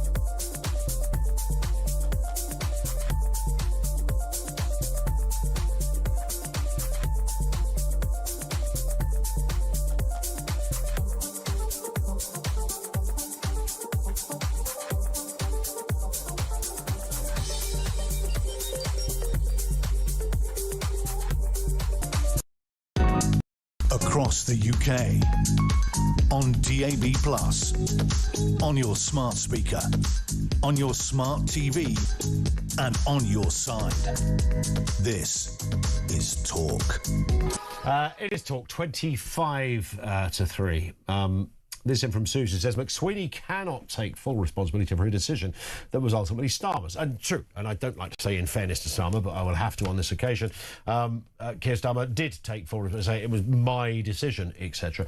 McSweeney is lying to protect his own future in the party and that of his wife. Who's a Labour MP, of course. McSweeney must think he can do a Mandelson, just keep coming back like a bad smell. Yeah, it's interesting. People have rarely heard McSweeney talk either until today. Another area which is turning out to be more than a bit of a royal pain for this government is that of Lord Hermer, who's facing increasing pressure to disclose his involvement in the controversial Troubles Bill. Now, despite previously prosecuting British soldiers as a barrister, the Attorney-General continued to advise ministers on the bill's drafting. That's seen as a conflict. But let's just remind ourselves of what he said back in 2024. I will work alongside the Lord Chancellor and the Solicitor General to uphold the rule of law, protect the independence of the judiciary, promote the rule of law amongst the public, not least amongst the young, and crucially seek to rebuild trust in our political system by explaining how the rule of law applies to all of us and serves all of us. Let's get a word with Andrew Tettenborn, Spectator columnist, who's written a piece with a cracking headline, Andrew. Is this what Lord Hermer really thinks of Britain? Which kind of rather sums up what many people are certainly speculating or saying out loud about our own Attorney-General. Well, yeah, I think his position actually is getting very, very difficult indeed, both personally and as a member of the government. Now, turning to what you just referred to, this story in the Daily Telegraph, the Attorney-General's job is to give dispassionate advice to the government, and what's more, to be seen to be giving dispassionate advice to the government. Now, that's, as far as I can see, exactly what he can't be seen to be doing in the case of the Troubles Bill. He has to hold the ring between these two aims of, one, trying to get rid of the problems of the Troubles 20 or 30 years ago, and two, keep the human rights lobby quiet. But given his own history, I don't think that he's the right person to be advising the government on this. That's one of the reasons why he's personally in difficulty. The other reason we might come to later is that it was revealed over the weekend what he actually thought of British soldiers. And that was that should have been extremely embarrassing to him. How he can carry on as a dispassionate advisor, I must admit, is beyond me. Is the I suppose the legal argument that will be put forward would be, well, that's what good lawyers do. They leave their politics at the door. Oh, yeah. Look, I'm not complaining that he has acted for people attacking British soldiers. What I'm complaining about is what the Telegraph revealed over the weekend, which was that his private views are now very much in the open. Yeah. He sent a very injudicious email to a radical lawyer in which he said, frankly, I think you human rights people are the absolute bee's knees. And incidentally, my view of British soldiers is that I take a very poor view of them. They never did any good to anybody. Now, that seems to me to be something which is likely to be extremely unpopular, among others, with the electorate. Yeah. You know, if we elect someone to guard our corner, we don't want someone who has, as far as I can see, a contempt verging on dislike for our armed forces. I mean, it's fairly, when you put it like that, Andrew, it's fairly, you know, you wouldn't give a vegan and an animal rights campaigner a job in the chicken hut, you know. It's pretty obvious stuff, isn't it? That although even allowing for that belief that when it comes to courtroom settings, lawyers, judges, they all have their own political opinions, largely leave their politics at home. That would be a bit of an overreach, wouldn't it? It might, you know, I don't think it would be too much to suggest that somebody who has very overtly had those views should not be advising anywhere near a bill such as this. Well, that's my feeling, I must admit, and that's one reason why I think that his position is very rapidly becoming untenable. It might almost be a race to the door between him and Keir Starmer. Because, of course, he's also a considerable threat to Keir, if you think about it, because they both come from the same stable. They're roughly the same age. They have connections with the same barristers' chambers. Now, one thing which has been very noticeable is that even though Lord Hermer has said, I don't think British soldiers really add anything to the advantages of life, Keir Starmer hasn't come along and said, well, actually, I don't agree. Yeah. It's an interesting point, although part of his defence, and we will read a fuller statement from Hermer's people at the end of this, is that he's actually represented British soldiers in the past. So, that's what a good lawyer does. Oh, that's fine. Yeah, I'm not complaining about his having represented British soldiers. I'm complaining of the views which we now know, which are actually the real Richard Hermer, which came out in those emails which were revealed in the Telegraph over the weekend. These were private emails, not for publication, which pretty clearly indicated what his own personal views are. Now, someone with those views, A, ought not to be advising the government. B, as far as I can see, is now a very considerable ball and chain on it. And I would just add into that, to go back to the title of your piece, is this what Lord Hermer really thinks about Britain? Of course, you do know that no journalist ever writes his own. No, I do know that, of course. But I was just going to pick up on that point, because we've argued, separate to this case, that Lord Hermer has some curious views about Britain. I mean, I honestly believe with every sinew of my being, Andrew, that the Chagos deal and Hermer's position on that is informed largely of a very negative view of this country, our past, and I think it keeps him awake at night to imagine there's a small island on the other side of the world that has a Union Jack flying over it. I think that's the kind of stuff that disturbs him. Oh, he does. Starmer has form. I didn't mention it earlier. There's another event, actually, which was last year in Operation Hammer, operated by the United States when it went in and did its best to destroy Iranian nuclear facilities. Did we offer the United States our help? No. The story is that we quietly said to the United States, don't ask for help because a refusal might offend. The story goes further that why we said that to the United States was, you've guessed, Richard Hermer. Yeah.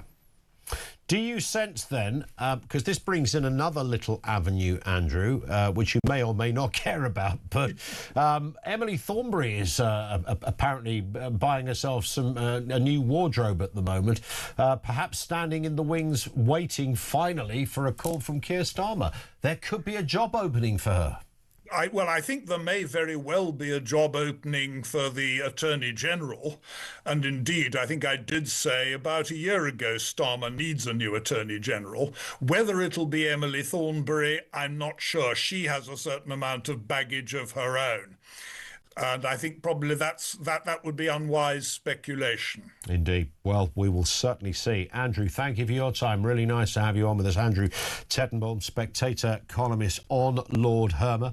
And just to give you the rest of that statement, this is from his office, and it says this: over a 30-year legal career, the Attorney General represented many clients, including British military personnel, such as a British soldier killed by IRA terrorists and injured servicemen in the Iraq War. The attorney has acted always with the highest professional standards, and the suggestion the attorney acted for individuals with the knowledge that their claims were false is categorically untrue. And that's a spokesman for Lord Hermer, the Attorney General. There it is right there. Thoughts on that? Lines are open. Lots more still to come. Your comments on the way. We're talking about Starmer. How long has this man seriously got left? And ordinarily, it would be a ridiculous. I mean, Liz Truss obviously had a bit of this commentary around her in the 40-odd days that she spent as Prime Minister.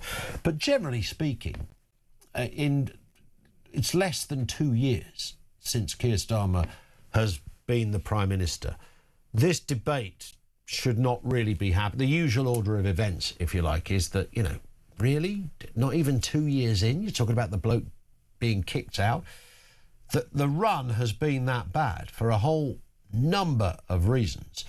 I would genuinely bring it back to one salient point, and that is that, and I'm trying to be objective about this, you'll probably say, Labour supporters will probably say I'm not, and that is I just don't think he's very good at being the Prime Minister. I don't think he's genuinely good at the job. And in the world we currently live in, you've got to tick more than one box. You can have a big brain. I don't dispute that legally he's, you know, he knows all about the law and stuff like that. He's intelligent. In a pub quiz, he might well be rather helpful. I'm sure he's nice to his kids and he loves Arsenal Football Club. I get all of that. But as Prime Minister in the 21st century, it's got to be, and maybe this is unfair, but it's got to be so much more than that. You can't look clunky and awkward. It used to be, you know, clunky and awkward and rather studious was once, you know, a fairly attractive thing. You looked more serious, you seemed more serious. But Starmer doesn't seem any of those accessible things that you sort of need. Yes, he is studious and serious, but not in a way that makes him kind of quirkily attractive to the electorate. He's just not very good at the whole package. And there's the problem. And here we are, less than 2 years since they were elected, talking about which not if, but when he goes. 0344 499 1000, 10 to 3. This is Talk.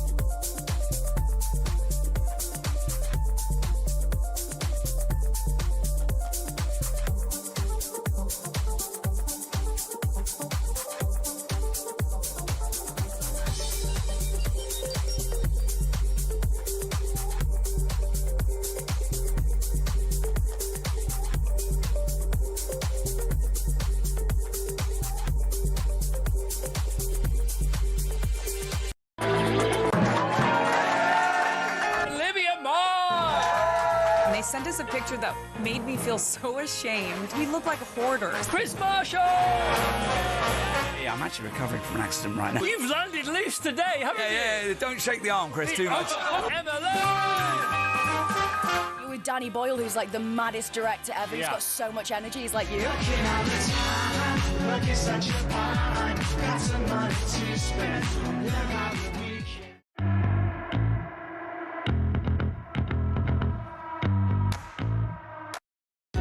Across the UK, on DAB+, on your smart speaker, on your smart TV, and on your side. This is Talk. It is Talk. This one from Bill, who says, this is reference to McSweeney, how did such a shifty, devious, no mark achieve such a high position in the Labour Party? Another incurious liar, and said, well, we can't call him that, of course, he's not here to defend himself. Seemingly very dull and rather dim. It can only be because Starmer is such a bad politician, clueless, and cannot lead. It is kind of odd that there isn't a science behind it. I know this. And when I worked a bit closer to Westminster and used to, I won't name any names, but people that were up close and personal with, say, David Cameron, for example, when he was in opposition. I remember looking at all these people, and they were mostly youngish, sort of, mid-20s, some early 30s. And I remember thinking how their lives were going to change. It's sort of about, 2009 or whatever. I thought, if he becomes Prime Minister, then your job goes from sitting in that pokey office in Conservative HQ to not just think about this. So this is the stakes. So you're an assistant to David Cameron, leader of the opposition, and you work diligently. You're not on a great wage. You get the tube or the bus into work every day. You sit in an office. It's either stinkily hot and old. But if he gets the job, then within a month, you're going to be in the Oval Office with the President of the United States. You might have been back then in Red Square meeting Putin. You're going to be working in Downing Street. Your entire life is going to change. It's a big gig for all those people around you. Suddenly, wow. And I spoke to one Labour advisor when Labour didn't win the 29, we've had so many elections, 17, 19, whichever one it was, on that very point. And I said, did you sit there and ever think, God, if this goes our way, because this person was advising the leader, very close to the leader, if this goes your way, that's going to be you. You're going to be flying around the world. You're going to be sitting in Downing Street. You're going to be meeting royalty. You're going to be right at the centre of the biggest stories. And she said, yes, that literally did. She said, I sat there and thought, literally in 2 weeks' time, that's what I'll be doing. But usually, of course, leaders don't appoint people they think are rubbish. They appoint people they think are loyal and fantastic. It's only objectively when you look on and go, well, by what measure did you ever think that Morgan McSweeney was the man to save your bacon? Before we speak to Marion and Georgina, let's do the Voice of Doom. This is day 5 of the Voice of Doom. It's a mystery voice. And, of course, all we need you to do is to identify who it is. Young, old, dead or alive, left wing, right wing, you decide. Who is this? To their advantage. Let's hear that again. To their advantage. 87222 is the only way to take part. 87222 if you know who this is. To their advantage. And, of course, as ever, we will enlighten you if we get a correct answer in the next hour, if you know who this is. To their advantage. 87222. Don't go away if you're hanging on. Marion is in Norfolk. Marion, good afternoon to you. 5 to 3. What are your thoughts? Oh, hello, Ian. Hello. Yes. I watched a lot of it this morning, the committee questions to McSweeney. And I tried to stay focused. I tried to not make things up in my head, what I thought was going on. Mm-hmm. But the more he responded, I wrote them down, just a few, just to tell you where I'm going with this. Responses: uncertain, can't remember, not sure, hard to tell, yes, I believe so, and don't recall, don't remember, might have mumbled my words. So I thought, what in the heck is he doing? And then it was like he had a script and a story. There's more. Hang on for this. No, go. And then at one point, Emily Thornberry asked him a question. I can't remember what it was. His response was, yes, we wanted it done quickly. And I thought, hang on a minute, we. Nobody asked who the we were. And that indicated to me, yes, there was pressure to skip or bend the rules. Who was pushing? Was it Mandelson or Starmer? And then the last point I want to make up is the phone business. If she said, why were you talking to Mandelson, texting him instead of speaking face to face when he was at number 10? And I can't remember what his response was, but that said to me, that's why that phone went missing, because there were texts on that phone which would have proved who was pushing for this to be done and why. Whether it was Mandelson or Starmer, well, you could have a guess at that one. One more point. No, go for it, Marion. I'm a bit of a psychology student. I always have done. I was looking at his face. Most people blink between 15 and 20 blinks per minute. His were at least 70 to 80, which is thought to be a cognitive stress factor going on because there's some sort of deception that is making him anxious. Could he have just been... I'm trying to be fair to dear old Morgan McSweeney, which, by the way, is a name straight out of a Dickens novel, isn't it? But that's another story. Yes. I'm trying to be fair. Could it just be that, you've got, not just this committee, but it's being shown everywhere, because ordinarily those committees go on all the time. Nobody pays a blind bit of attention. But they're there every single day, or most days. Could it just been the where he was and the pressure and, getting it right, not dropping a clanger? Sure, but it's like you said... that he's either worried about revealing too much of who did what, when, and why, and where. Yeah. Either he's trying to protect himself, or he's a politician. He's a public official. They're used to speaking. But he's not used to speaking, though, is he? Because he's been a very anonymous character. In fact, in the past, when we've tried to find a clip of him, we couldn't find one. We had to get AI to sort of... we did it as a joke, but to sort of invent a voice. And oddly, the voice was actually quite similar, as it turns out, to the one he had, because nobody could find any examples of him actually speaking. We wondered whether he spoke at all. Yeah, which is possible. He might have not been able to speak. Who knows? And I just think this, basically, to me, I'm not the expert, obviously, it's just one more nail in Starmer's coffin, basically. It didn't do him any favours. Yeah, I sense you are right. When is he going to go, though? Answer me that, Marion. How long has he got? Definitely not before the 7th of May. You could speculate afterwards, but I don't think he's not long at all. Yeah, I think you might be right. Is that nearer Christmas or just the other side of these elections? Probably things will change after the elections when we get the results of what happened there. Yeah. To speculate beyond that, it's a bit wishful thinking. Yeah, that's true. For some. That's true. But I think we just need to see how the cards are lying after the election. And then, of course, it's the bigger question, which may be the trickier one, and one we all regret, is who replaces him. We will watch with interest. Popcorn at the ready, Marion. Great call. Thank you very much. And brilliant to have picked up on all those little isms of Morgan McSweeney. Graham says, should it not be of some concern that McSweeney is Irish? In effect, we have a foreigner as Chief of Staff to the UK Prime Minister who comes from a staunch Republican background. Something is very wrong here. It's always a tricky one, that, because there are other... there was one leader of a party who didn't have a foreign person, but they had somebody who was from a newspaper that very much batted for the other side. But that doesn't mean, of course, if you work for a newspaper, you are personally of that political persuasion. It often does, but not exclusively. That would mean that, like, you, Graham, and me couldn't apply for a job as advising Macron. Maybe that's a good idea. Not that we would anyway. 0344 499 1000. Peter says the Labour government is like a very bad carry-on film. You can apply your own who is who, but they seem to have made Charles Hawtrey the Prime Minister. Lots still to come, including the voice of doom. Here's a question. Who is this? To their advantage. 87222 if you think you know.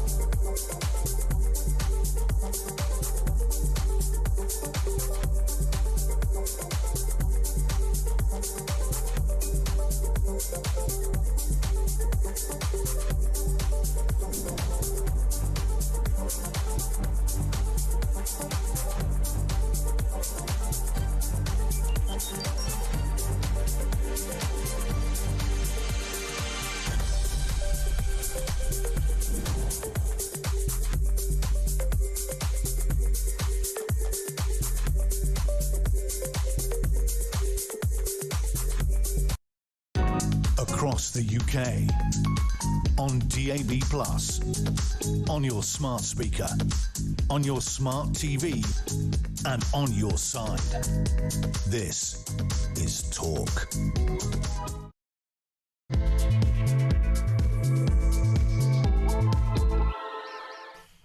It is the Afternoon Empire. Yeah, good afternoon. Welcome back. It's the home of common sense. So much to get through. We are, of course, talking all things Keir Starmer. Morgan McSweeney admitting a serious error of judgment for pushing for Peter Mandelson to be the US ambassador. McSweeney attempted to shield the PM from criticism over appointing the pal of Jeffrey Epstein. But Sir Keir's premiership is definitely still threatened by the decision. MPs will vote this evening.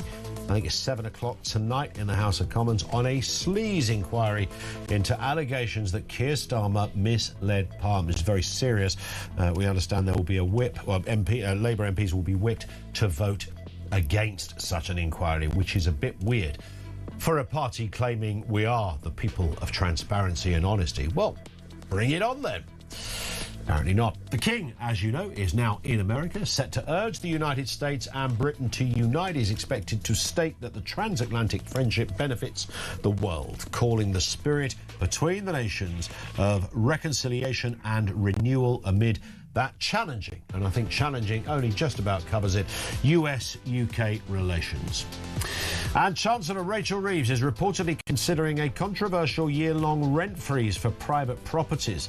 This proposal is part of a broader cost-cutting aid package prompted by the Iran war. But how will this affect landlords in an already struggling world? Your thoughts on that, 0344 499 1000. I'd like to hear from you if you are a landlord as well. This Renters' Rights Act, which is now this week, I think it's May the 1st, so that's Friday, is officially the law. So it's changed some of the rules and regulations around being a landlord. You know, the old days when you know, if you did have a house to rent, and it's always worth pointing this out, that the average landlord is usually an accidental landlord because they inherited a property, and the average landlord only owns one property. Of course, you've got people with greater portfolios who've made it an entire career out of it, and that's fine as well. And then you've got the sort of oligarch style kind of, you know, let's just buy up half of Manchester or London. You've got that. But broadly speaking, the average landlord in the UK is someone who just owns a house and they rent it out. And the rules and it used to be that if you went into your local pub and you said, I'm trying to rent a house out, and someone go, oh yeah, my mate Frank's looking for a house. Fantastic, give him your number. Brilliant. Frank, yeah, you want a house? I've got one here.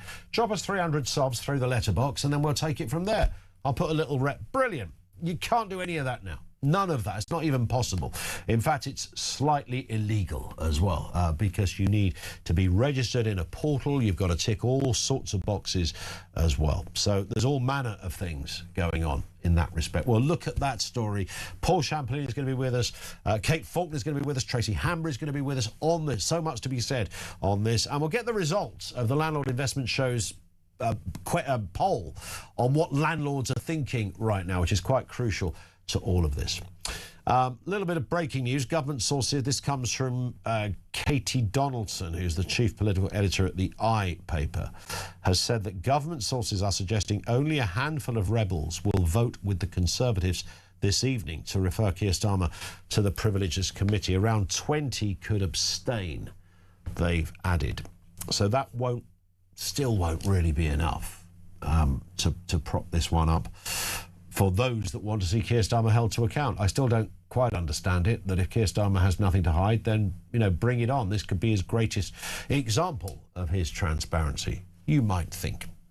0344 499 1000. How many times have we talked about shoplifters? I mean, goodness me, the list goes on. A national panic over the frequency of shoplifting still making the headlines. Only yesterday we found out that thefts have hit an all-time high since records began. Unions have stepped in to confirm they absolutely do not want to help with the problem, telling their security staff, do not intervene or stop anyone.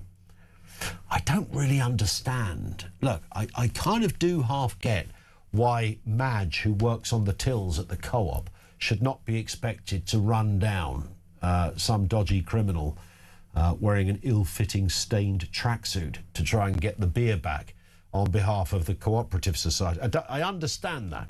You know, it's not worth Madge's life or her jawbone to try and get physical with an 18-year-old shoplifter. I understand. If you're a security guard, however, I would have thought that whilst you might not start going full-on ninja with said shoplifter, same one with the tracksuit, you might kind of have some kind of confrontation. Isn't that partly your job? If that isn't your job, what is your job? Let's speak with our friend Danny Shaw, policing, crime and justice commentator. Afternoon to you, Danny. And one of the things I worry about this story, and I'm sure it's not lost on you either, we speak about it so often and how it's almost a free rein and nobody does anything, that in itself rather compounds the problem.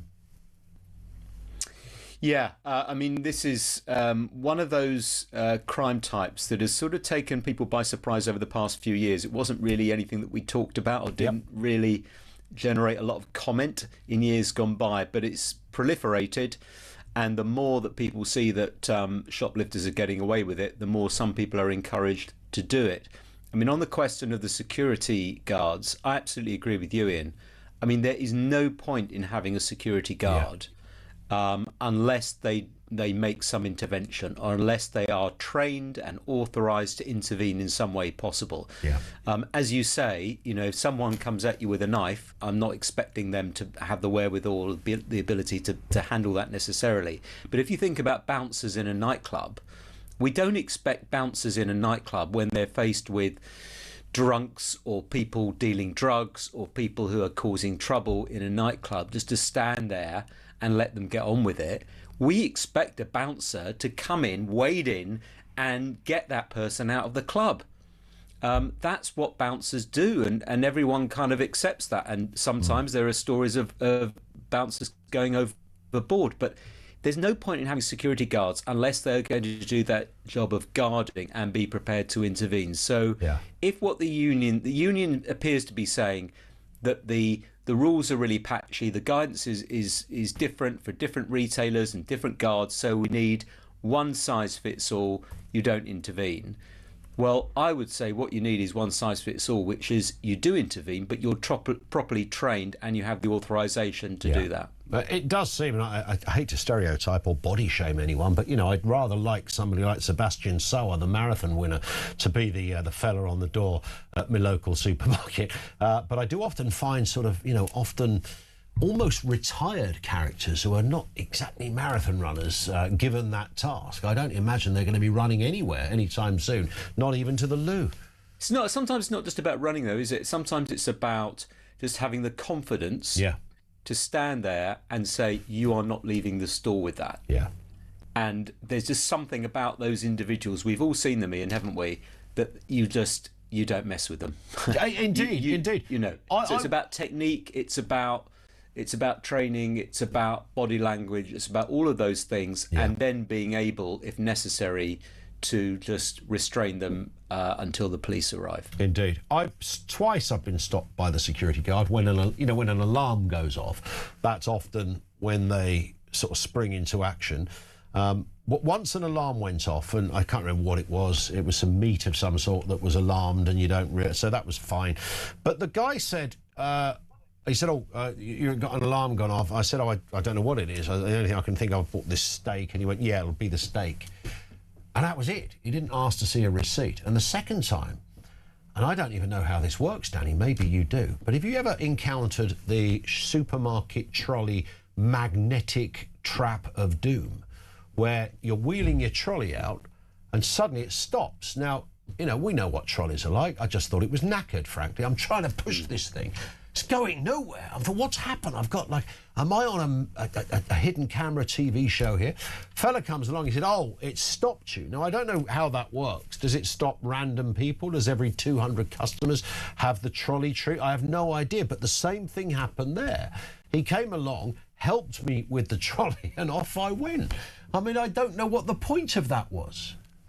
I haven't heard of that, actually, but I do think that technology is the answer, as well as having properly trained security staff. The Metropolitan Police has been trialling this new system whereby I think some stores in Lewisham and also in central London can immediately send evidence, CCTV footage and still images of suspects the stores can send it straight away to the police, and it can be dealt with as evidence straight away. Now, that strikes me as the sort of thing that will make a difference, as well as facial recognition, which I'm a big supporter of. Those are the sorts of things. You know, we may get to a point where you have to scan a card before you go into a store in order to be allowed in. I don't know whether we're at that point yet. I wouldn't be surprised if some shops are thinking of that, because it strikes me that if you're not going to train up security staff and you're just going to have these rather pointless kind of plastic flaps over some of the most over some items that are commonly stolen, like chocolates, for example, and meat, and some cosmetics. I mean, that strikes me as ridiculous. So, you know, I do think technology and proper training for the staff is the answer. Yeah, it's interesting you mentioned facial recognition, because that divides the room, Danny. There'll be some people, I can see Bob in Arbroath choking on his tea, as you said, facial recognition, because, of course, it would work in that scenario, but then there's a whole other theory about facial recognition, that we're all data-based.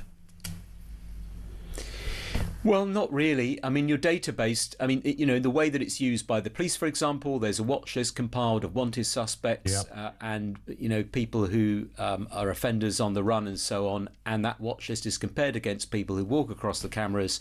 And if you happen to walk across the cameras, Ian, there won't be a ping on the database because you're not on the watch list, and your details are instantly removed. I mean, it's a very good and increasingly accurate form of technology. It should be used more by the supermarkets and other stores if they can join themselves up. So it's not, one thing isn't going to solve this problem. It's a whole range of things. I mean, the police are suddenly, some forces have been doing this for several years. Some forces are doing a good job, like Norfolk Police, but other forces are suddenly now beginning to understand that this is a massive problem.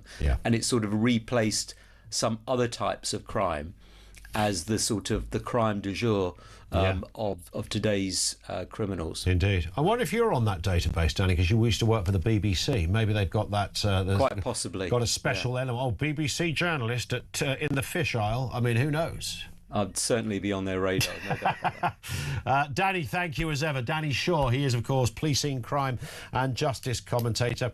Somebody was, who were we talking, was it when I was covering the breakfast show? We were talking about this, you know, the cigarette ban. If you're born after 2008, then you will never be able to buy cigarettes. And this sounds naive now, I'm going to say it out loud, because I'm thinking, so that means that fast forward a couple of decades, you're a 40-year-old bloke and you go into the newsagent and say, can I have 20 Marlboro Lights? And they say, no. You go, but I'm 40. They go, no, you were born after 2008. So, no, you can't ban them. And I kept thinking, well, how would they know? They're not going to ask for ID, are they? Surely for every person that buys, I mean, if they did, that would solve it. Of course, they won't have to, because facial recognition and digital ID will solve the problem the minute you even ask. Facial recognition, digital ID, AI. Between those two things, you go to the counter, 20 Marlboro Lights, please. Ping, no. It's got your face, it's got your voice, it's worked it out, and the database has gone, no, this person was born in 2009, so therefore they're not entitled to buy cigarettes, because it's after 2008. Right. That's how that's going to work. So in that respect, and again, this goes a bit tinfoil hat, that there won't be, you won't have to worry about crime and shoplifting, because it won't exist, because nobody can do it, because instantly everyone's recognised. And if you go in with a balaclava on, you wouldn't be allowed in the shop in the first place.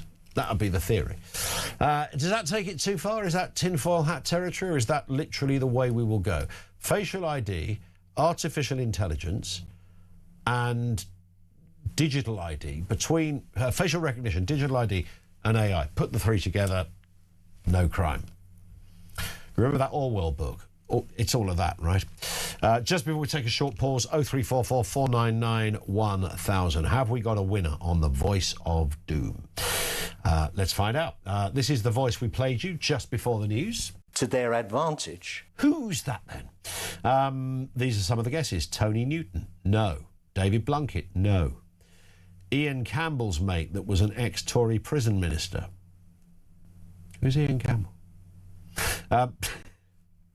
Gavin Williamson, no. Hugh Muir, Guardian editor, no. David Cameron, no. Mel Stride, no. Mark Francois, no. Can we hear it again, Dave? to their advantage. We have got a winner. Charlene Bromley was first out the traps. In fact, I think the only one, Finn, were there others? Or she was the first one through? Alan Johnson was the answer. Alan Johnson. I thought that was, if you have a listen again, to their advantage. I thought that was really easy. That was so. Alan Johnson, of course, former Home Secretary under Gordon Brown, had other portfolios as well, was a postman. Really nice bloke. Really sort of down-to-earth chap. I mean, yeah, he's a lefty, but that's fine. And he loved being Home Secretary. I remember him telling us that once. Loved the job, loved it. It's the best job in politics, he said. Alan Johnson was the right answer, which means there's a brand new Voice of Doom coming tomorrow. We'll talk property in around about 10 or 15 minutes' time. Lots to be said on that. 0344 499 1000.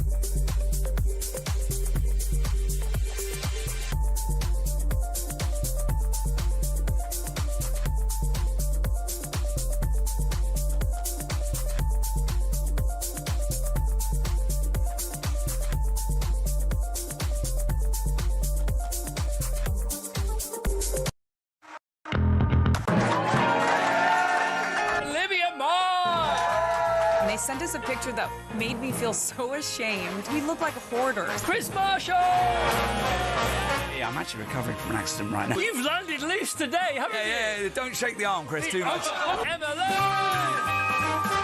You're with Danny Boyle, who's like the maddest director ever. He's got so much energy. He's like you.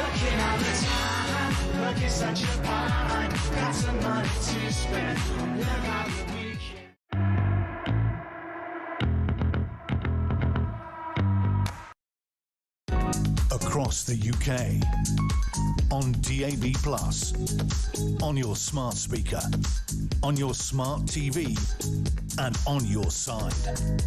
This is Talk. So King Charles is in the United States. It's only been there kind of less than a day. Nice entrance to the country, press in the flesh, off to meet the president and his wife.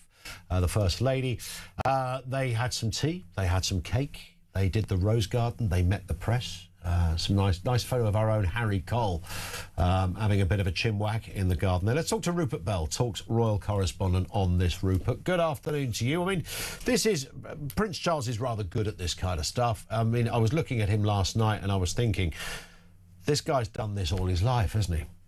Yeah, and this is probably the biggest and most significant state visit of his reign. Yeah. Because of all the backstory. There's no two ways about it. Everything else that's been going on, the sort of fallout between President Trump and the Prime Minister, this is the king doing what is best on behalf of Great Britain, smoothing over the very troubled waters. You know, and yesterday was the perfect soft soap sort of way about going about it, going around, discussing with the Trumps their joy of bees and making honey. So that sort of, that appears trivializing, but my goodness me, it's almost felt like a sort of strange sense of calm when everything else has been going bonkers, not only in the States, obviously with the assassination attempt and everything else. But suddenly we had a sort of old-fashioned Trump behaving on his best behavior, the king loving being the center of attention, Melania doing her bit and the Queen doing her bit. It was all, I think, it looked good, and that's exactly what the royal the household would want. No trouble. Yeah, and of course, trouble They don't want trouble at mill. Yes, I think this will play rather well for King Charles and also perhaps for Donald Trump. This is probably the only person on planet Earth that could go to the White House knowing they're not going to get a public pasting. He's not going to pull them apart in the Oval Office. He's not going to give it Billy Big Whatsits because the only institution that Trump seems to respect anywhere is the British royal family. Yeah, and it appears someone's done some digging that he might even be related to the royal family. But, wow. I read an article. So that will even cement the links even more. I mean, I don't know whether, tracing back their lines, that there's some Scottish king that they may have been both was their ancestors. So that I'm sure Trump's very happy with that. But it is important, and today's going to be an important day. How does the king get that tone right when he goes and makes his speeches? Obviously, there's a big state dinner tonight. So these are the big shop window moments that he's got to set the tone. Remember, this is about the 250 years of independence from Britain.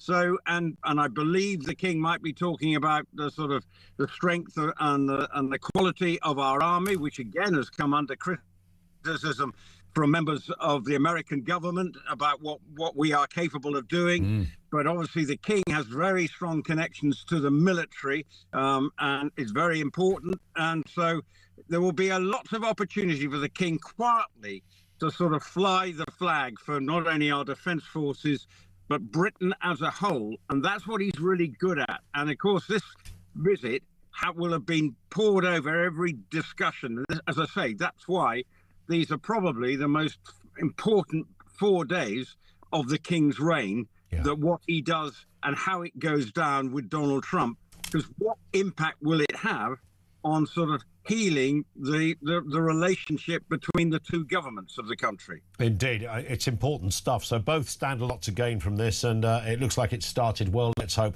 that continues. Rupert, thank you as ever. Rupert Bell, he's Talk's royal correspondent. Thank you to him. 0344 499 1000. Nigel says, Ian, some call it incompetence. I call it a plan to change Britain forever, both unforgivable and inevitable. The end of the Labour Party. King Charles doesn't need to improve Britain's relationship with the US either. This Labour government is the problem that needs fixing, and yet the Labour Party appear quite happy with things. And while the rest of the country is waiting to sing bye-bye Labour, bye-bye-bye, Labour, bye-bye-bye. Yeah.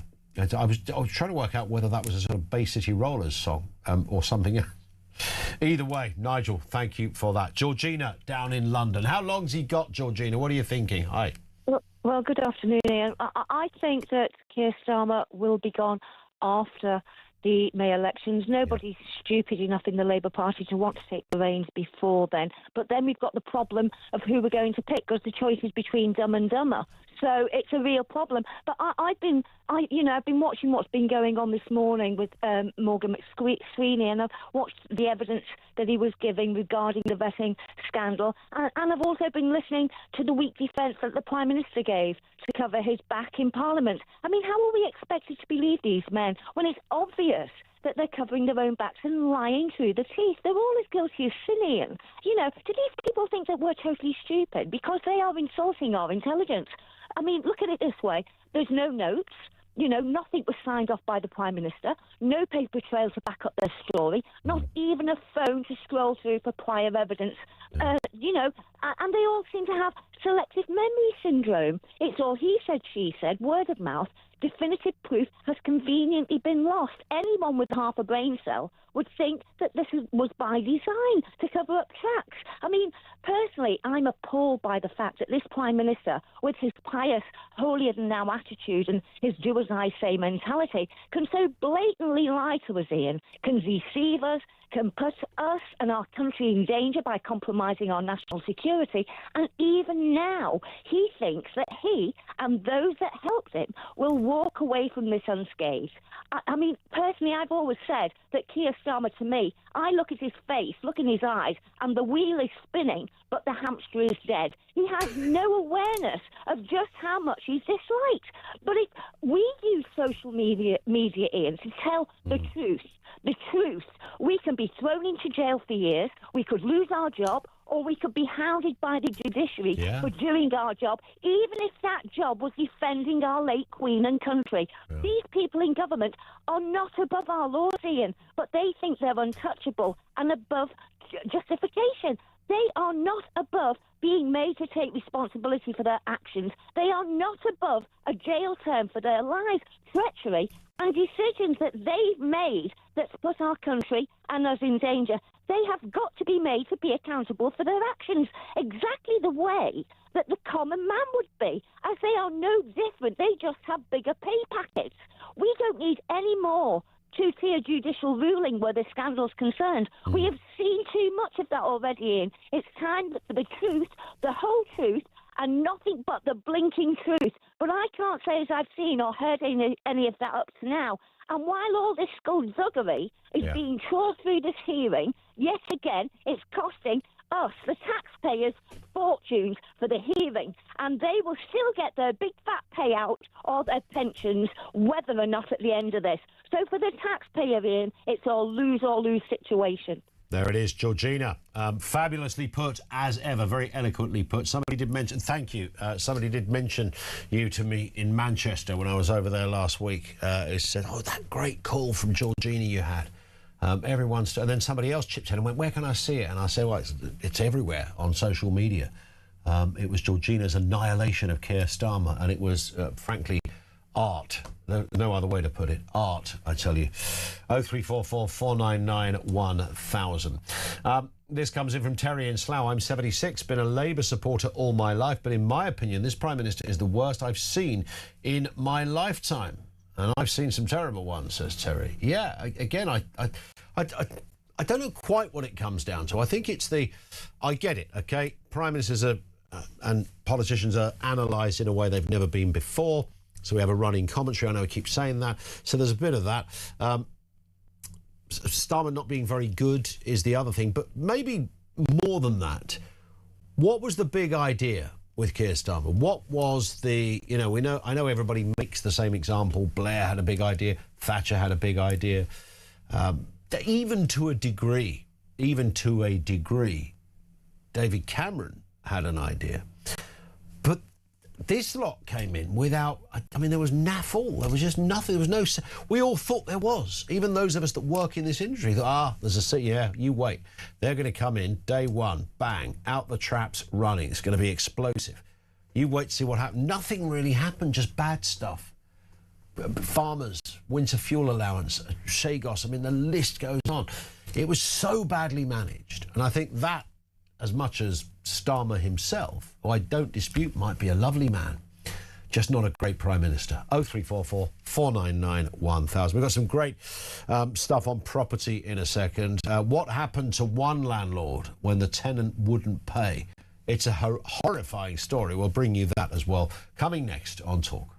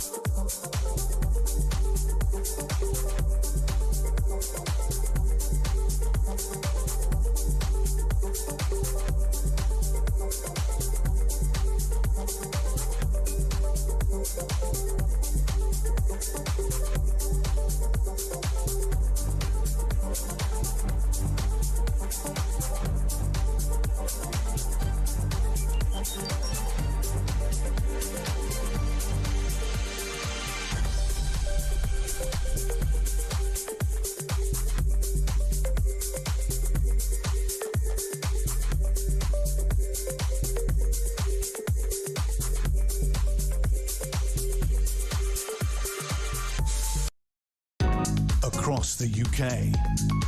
On DAB+, on your smart speaker, on your smart TV, and on your side.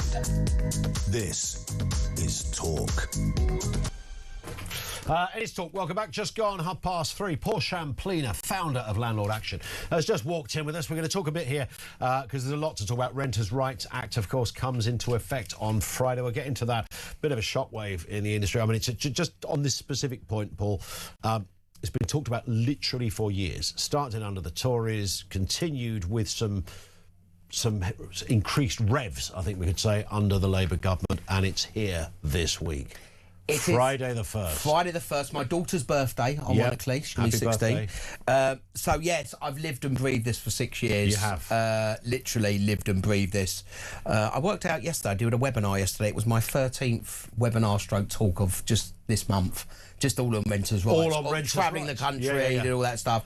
It's a massive step change for landlords. It's the step change of landlords being professional. But I think it's going to get worse before it gets better. There's going to be more pain on tenants, I think. I'm seeing that at Landlord Action from running the business for 26 years. We've never been busier. We've had to suspend instructions. Landlord panic has set in. I said that to my local MP 5 years ago when I went to sit with her and gave her some advice about the rental stock crisis. I think over time it will be okay, but I think landlords' mindset and habits have to change. I think that more vulnerable tenants might possibly move out. I think there'd be more stringent referencing, but obviously the headline is fixed-term tenancies are going and 1 month periodic tenancies are starting from the 1st of May, and of course the abolishment of Section 21, which we've talked about many times. Indeed. We're also going to be speaking to Kate Faulkner, OBE, leading property expert, who you know well. Tracy Hammer is going to be with us, co-founder of the Landlord Investment Show, on this very point as well. I know Tracy's got some really interesting polling results when asking landlords about what they felt about various aspects of this. But a couple of other points before we get back to all of that, because that's the crucial headline here. The Chancellor is talking about considering rent freezes. Now, rent freezes and rent limits, they've been talked about from time to time. They come up. Do they ever work? Would this work? What would it do to the industry? Traditionally, no, they don't work. If you look at what happened in Scotland, more landlords left and rents went up, ironically. Supply dwindled. I think the timing of this is bad timing by the government, if you ask my opinion, Ian. What's happening in part of the legislation under the renters' rights is that landlords can only put the rent up once a month, and they have to serve a notice called a Section 13 notice. Tenants can challenge it. They can go to first-tier tribunal. I think that a lot of landlords were worrying about rent caps coming in. What does that look like? I think if you're looking at the other side of the coin, I think affordability for tenants is a big problem, a real big problem. And they're obviously predicting, because of the Iran war, and they're saying about inflation. I don't think the timing's that good because I worry about how landlords react. And I spoke to one lady the other day. She was showing a property round and she had 30 applicants, and she said practically every applicant had been served a Section 21 by a previous landlord that are looking for a new property. I don't think people realise how it's going to be how bad it's going to be short term. Because good tenants are being asked to leave because of this regulation coming in. Because landlords don't want the extra hassle? Is that, do you think? It's because there's a whole load of things. Of the tax, obviously the interest rates, they're worried about regulation, they're worried about they can't get their property back, they're worried that they won't get paid. And of course, lots of landlords should be using agents to fully manage anyway, period. And that should be mandatory in some ways, some aspects. But landlords just don't want to be landlords anymore. It doesn't pay to being a landlord, especially a smaller landlord.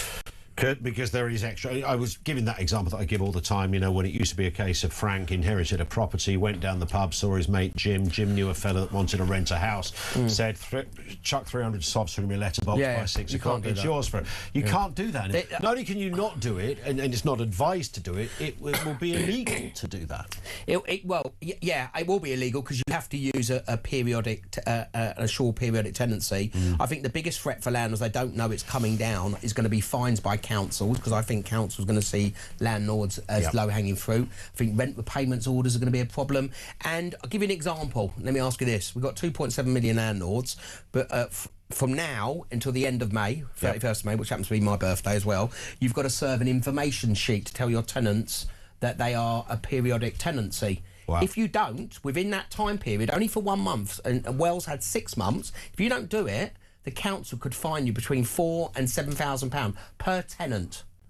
Per tenant. Per tenant? Per tenant. If you fail to sign a document called the information sheet, which is a prescribed document which landlords, and anyone listening here as a landlord, if you've got one tenancy or you've got 10 or whatever, you have to serve the information sheet, because all fixed term and periodic tenancies will resort to assure periodic tenancies from the 1st of May. Right.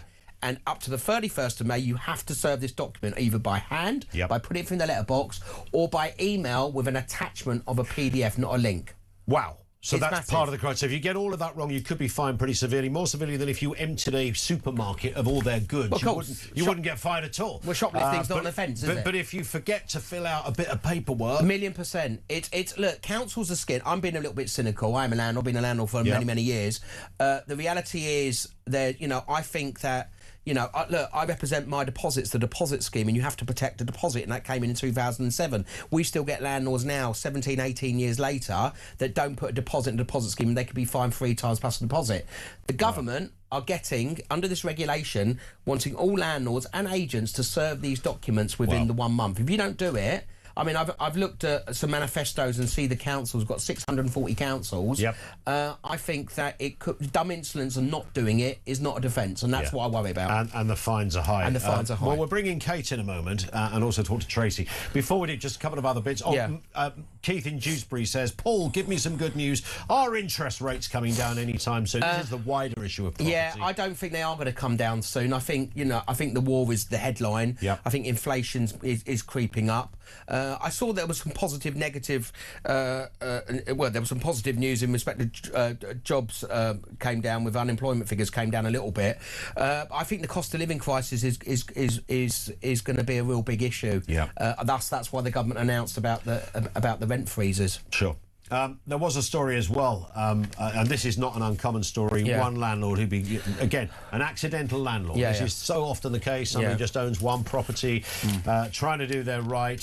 She inherited or became an accidental landlord when her disabilities meant she could no longer live alone. So she went to live with family and then rented out the house she had. And here she is, fast forward, several months later, the tenant owes 15,000 quid in rent and is refusing to leave. What can you do about that now, before Friday, and how will that change after Friday? Good question. I was actually quoted in that story. So we're at the moment we're serving. I didn't get that far down the story. It was right down there. The small little print at the bottom. I think you said a small little man at the bottom. Sorry. Boom, boom. The reality is that from the new world, if your tenant owes rent arrears from the 1st of May and you want to take action, a mandatory ground, and you have to serve a notice called a Section 8 notice, is going from 14 days to 28 days, 2 months to 3 months. I've spoken many times in your show and previous shows in the past about the courts. The courts are a massive problem. That lady's waiting something like 13 months for an eviction date. I think the norm for a lot of landlords, if they do have to go to court and the tenant doesn't want to pay and they long it out, and I exposed a story last week actually in the Telegraph about councils still telling tenants to stay put, to be rehoused by the council. Massive problem. That's why you've got to get rent guarantee insurance and referencing. And I think landlords are going to be much, much more pickier when it comes to getting tenants coming into their property. And I think that will affect housing benefit tenants and more vulnerable tenants. Let's bring in Kate Faulkner, OBE, leading property expert. Kate, good afternoon to you. Good afternoon. Nice to have you with us. Well, you've heard from Paul there. Now, we know that Paul is a miserable old git and therefore, will often have a propensity to see the downside. He did say, you said you're a bit, what was the phrase you used? A bit cynical. No, I think it's going to get worse before it gets better because the transitional stage, I'm used to regulation. These are the biggest regulations. So tenants need greater security, and this will propose greater security, which is good in the long term for tenants. OK, Kate, give us your take on what's happening. May the 1st is D-Day. Again, you and I, along with Paul and others, have discussed this endlessly for what seems like a lifetime.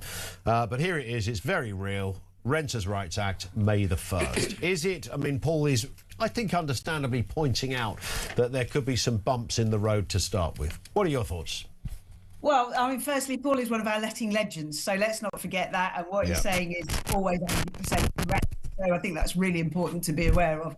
But I think there are some good things that are coming out of this. So the way I think about it, if you can still afford to let a property as a landlord, and if you can and do the maintenance and everything else, if you can, as a tenant, if you have a great income, if you can pass the affordability tests, this is going to be great because both sides get a little bit more clarity, if you like.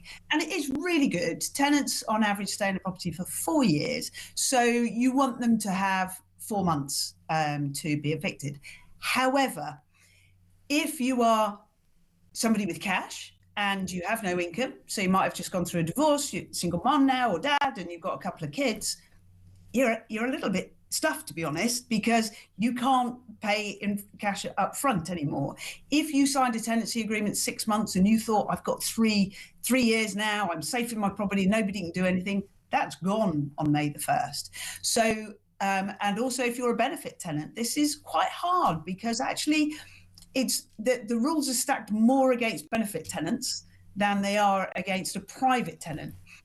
So there are people on the outskirts, if you like, some of them who shouldn't be in the private rented sector anyway. We've had this chat lots of times. Yep. And they are going to find it really difficult. So I think your conversations over the next 6 months are going to be who the Renters' Rights Act isn't working for and who it's made their lives worse rather than better. So it's a natural, which goes back to, you know, I mean, I talk about you being negative, Paul. I'm a realist. But what I was about to say, are you just being a realist? I've been working with landlords for 35 years. I became a landlord in 1994, started my business 26 years ago. I know the industry and I care about tenants, and without tenants, there will be no market or there'd be no industry, you know. Kate? Yes. No, I was just going to say, to respond to that, I mean, it is a case of literally finding your way, navigating new terrain. We've said that word constantly. Being informed about the rules and regulations are key because, as Paul suggested, the fines, if you get it wrong, are flipping huge. Yeah, they are. But I mean, I speak to good letting agents and good landlords. They're all ready. I have to say they are absolutely exhausted because they have to go through the minutiae of detail. I was going through how you serve that information sheet, for example, is really important because 2 years down the line, you're probably going to be asked, if you ask a tenant to leave, 10, 15 questions just about how you served that information sheet. Did you serve it to each tenant? Can you prove that you served it to them? And then you look at the keys. It's complicated now when you hand the keys over and how you hand the keys over. So every single minutiae of detail of letting has changed. Good agents, good landlords have got it. They're tired, they're exhausted, but they're ready. But it's all the periphery around the outside that haven't done that work, don't even know about it. And it's going to come as a big shock to some people. Is it, just a final point, Kate, is it worth, I mean, Paul was sort of suggesting, it, you know, is it even worth being a landlord? If you've only got one property, can you still make that work? So here's the thing. We talk about a cost of living crisis a lot. I think we've also got a cost of doing business crisis. And that hits property as well as everywhere else. Yep. And with all of the increasing costs that have been put on landlords since 2016 from both Conservative and Labour governments, what we're getting to a point as there are less properties stacking up than there were in the past. And therefore, there will be less offered. We've got the same amount of properties for rent today as we had 10 years ago. And I've seen quite a few babies being born. So there are more, their demand's gone up. And our stock has stayed the same. That means that's a problem. And what it means is, even with the Renters' Rights Act, we're not actually getting to the core of the problem. The housing crisis is not the private sector. It's not developers. It's not landlords. It's the fact that we've got 1 million households renting in the private sector who are likely to be eligible for a social home. They're in the wrong tenure. And that's where the problem is. Take them out of that and give them a social home. You put 1 million homes back into the private sector, and we have very little crisis. So this makes things more complicated. It can still work. Good landlords are making it work. but it is much harder than it has been. Yeah, you've got to work. Kate, thank you very much indeed. We will keep in touch. Kate Faulkner, OBE, leading property expert. And again, very briefly, just before we speak to Tracy, Paul, education is everything on this, isn't it? Get online, find out the rules, find out the regulations. Yeah, I mean, look, it's a business. Yep. You invest in business, you invest in training, you invest in compliance. It's exactly the same with landlord, and that's why, you know, so many landlords go to the Landlord Investment Show. Indeed. Well, speaking of the Landlord Investment Show, Tracy Hanbury is the co-founder of the Landlord Investment Show. Tracy, good afternoon to you. Hi, Ian. Nice to have you with us. I mean, your world is surrounded by landlords. They're around you all over the place. You're down in Ashford this week for one of your shows. You've done dozens, almost 100 of these around the country over the years, and all sorts of other things as well, webinars, goodness knows what. So this is absolutely something that you were at the coalface of. You've done a bit of research on this with landlords. What are the findings? What are the attitudes? What are landlords telling you? Yeah, sure, Ian. So we conducted quite a large survey at the beginning of the year, and you know, it was actually quite positive. We asked, you know, how confident are you about your property business investment for the next 12 months? 38 responded moderately, 21% responded confidently, and 7% responded they were very confident. So really, that kind of showed us that the overall community resilience, you know, and it's about learning and adapting. And obviously, you know, through our shows and different platforms, thousands come out, and we've been putting on extensive, you know, free training to get people prepared. The other sort of questions that we asked, which were, you know, what are the main sort of priorities for this year?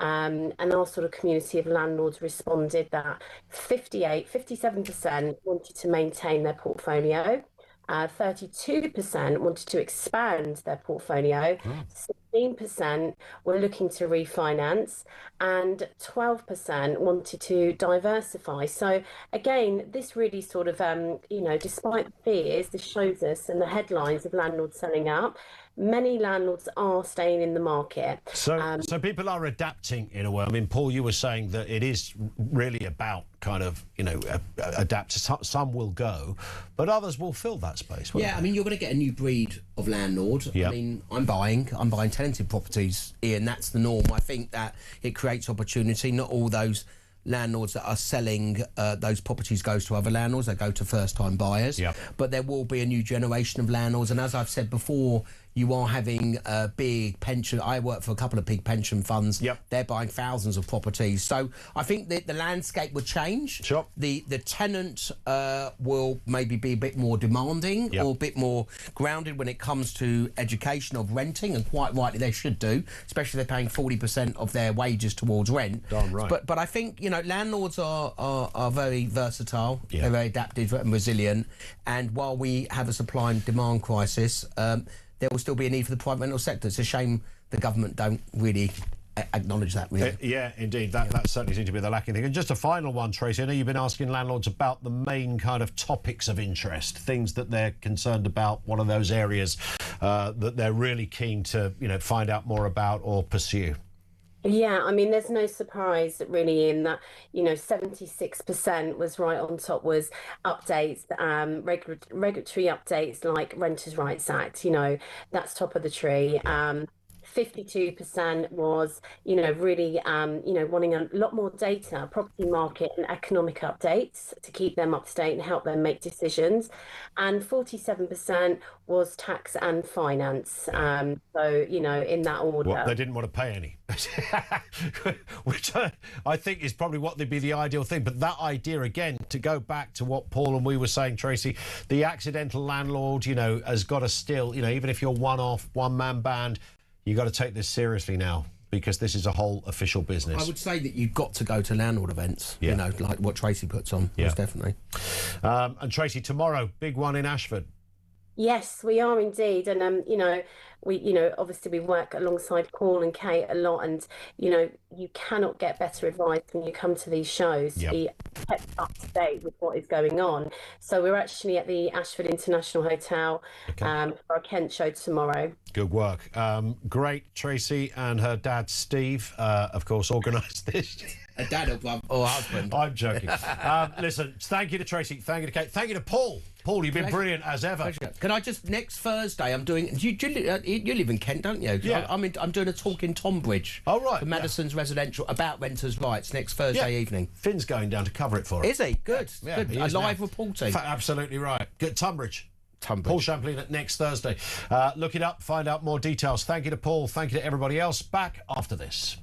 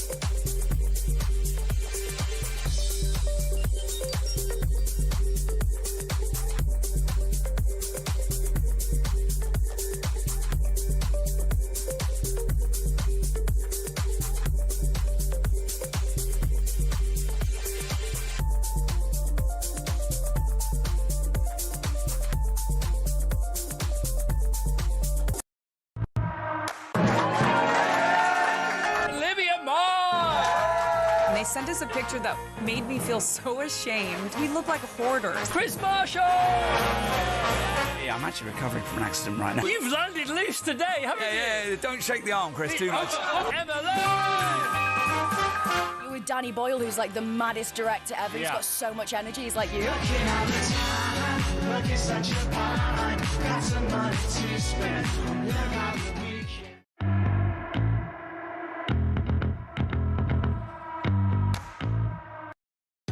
Across the UK, on DAB+, on your smart speaker, on your smart TV, and on your side. This is Talk. It is 5 to 4. Kevin O'Sullivan with us shortly. Before we get into that, let's go to Jason in Wiltshire on rental issues. Jason, what have you got for us? Afternoon. Good afternoon. Thank you for taking the call. Pleasure. Yeah, I'm a landlord. Mm-hmm. I've been doing it. I'm self-employed like your old man was. I don't have a pension, so obviously this is the pension. Yep. Well, this Labour Party certainly don't like us, do they? Well, they seem to have that view that, you know, the old Rigsby rising damp landlord where you got a hole in your roof and mould comes free. That is the, you know, that represents somehow the average landlord, when of course it really doesn't. It's your business.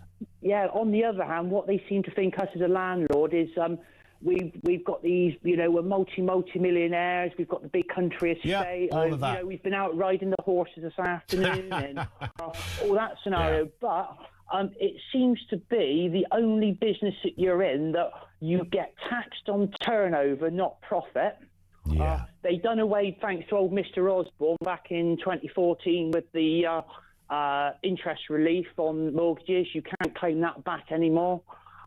It's also, now it seems to be, again, the only business where you're actually told that you cannot increase prices. You know, making, you know, if you've got extra overheads, you're not allowed to put possibly your rents up because of these freezes. It's just completely wrong. It's gonna, the amount of landlords I can see now wanting to sell up and give up. I mean, it's this information sheet. I knew nothing about that. I've literally, before you rang, I was on the phone to my old man because he's got a load of houses he rents out, his pension, and he didn't know nothing about it either. So we've just been scrambling around trying to find this sheet, and we've... That's right, yeah. So make sure you've got it in place. Emails in a minute, if you know what I mean. Yeah, absolutely. I mean, that is the interesting thing about... Look, I know new rules and regulations always, you know, spook people a bit, and eventually it will just become standard. But it is tricky. In an area that's already tricky, it's just been made even harder for you. Yes, especially potentially. I mean, we've got good tenants. We're not someone, we don't put the rent up every year. I mean, one of my tenants has been in now 5 years. I think they had one rent increase last year. Yeah. But it's the fact of our overheads are going to go up. We still have to have gas checks. We have to have the EICR checks. We have insurance. Yep. If something breaks in there, we've got to go and sort that out. But where we are lucky is 2 of them are mortgage free.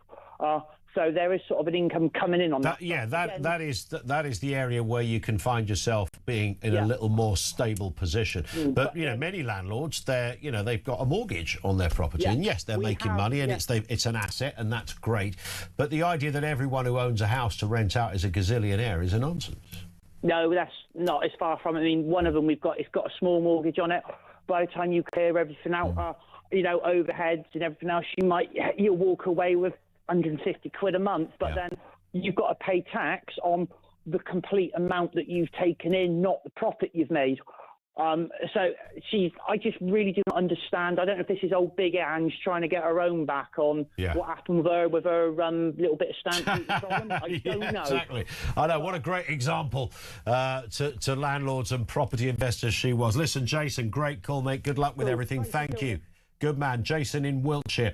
0344 499 1000 is the number you'll need for Kevin O'Sullivan. It's been slightly delayed, but only when I say slightly delayed, I just mean a little bit. Andrew says, the rent freeze is not for renters or landlords.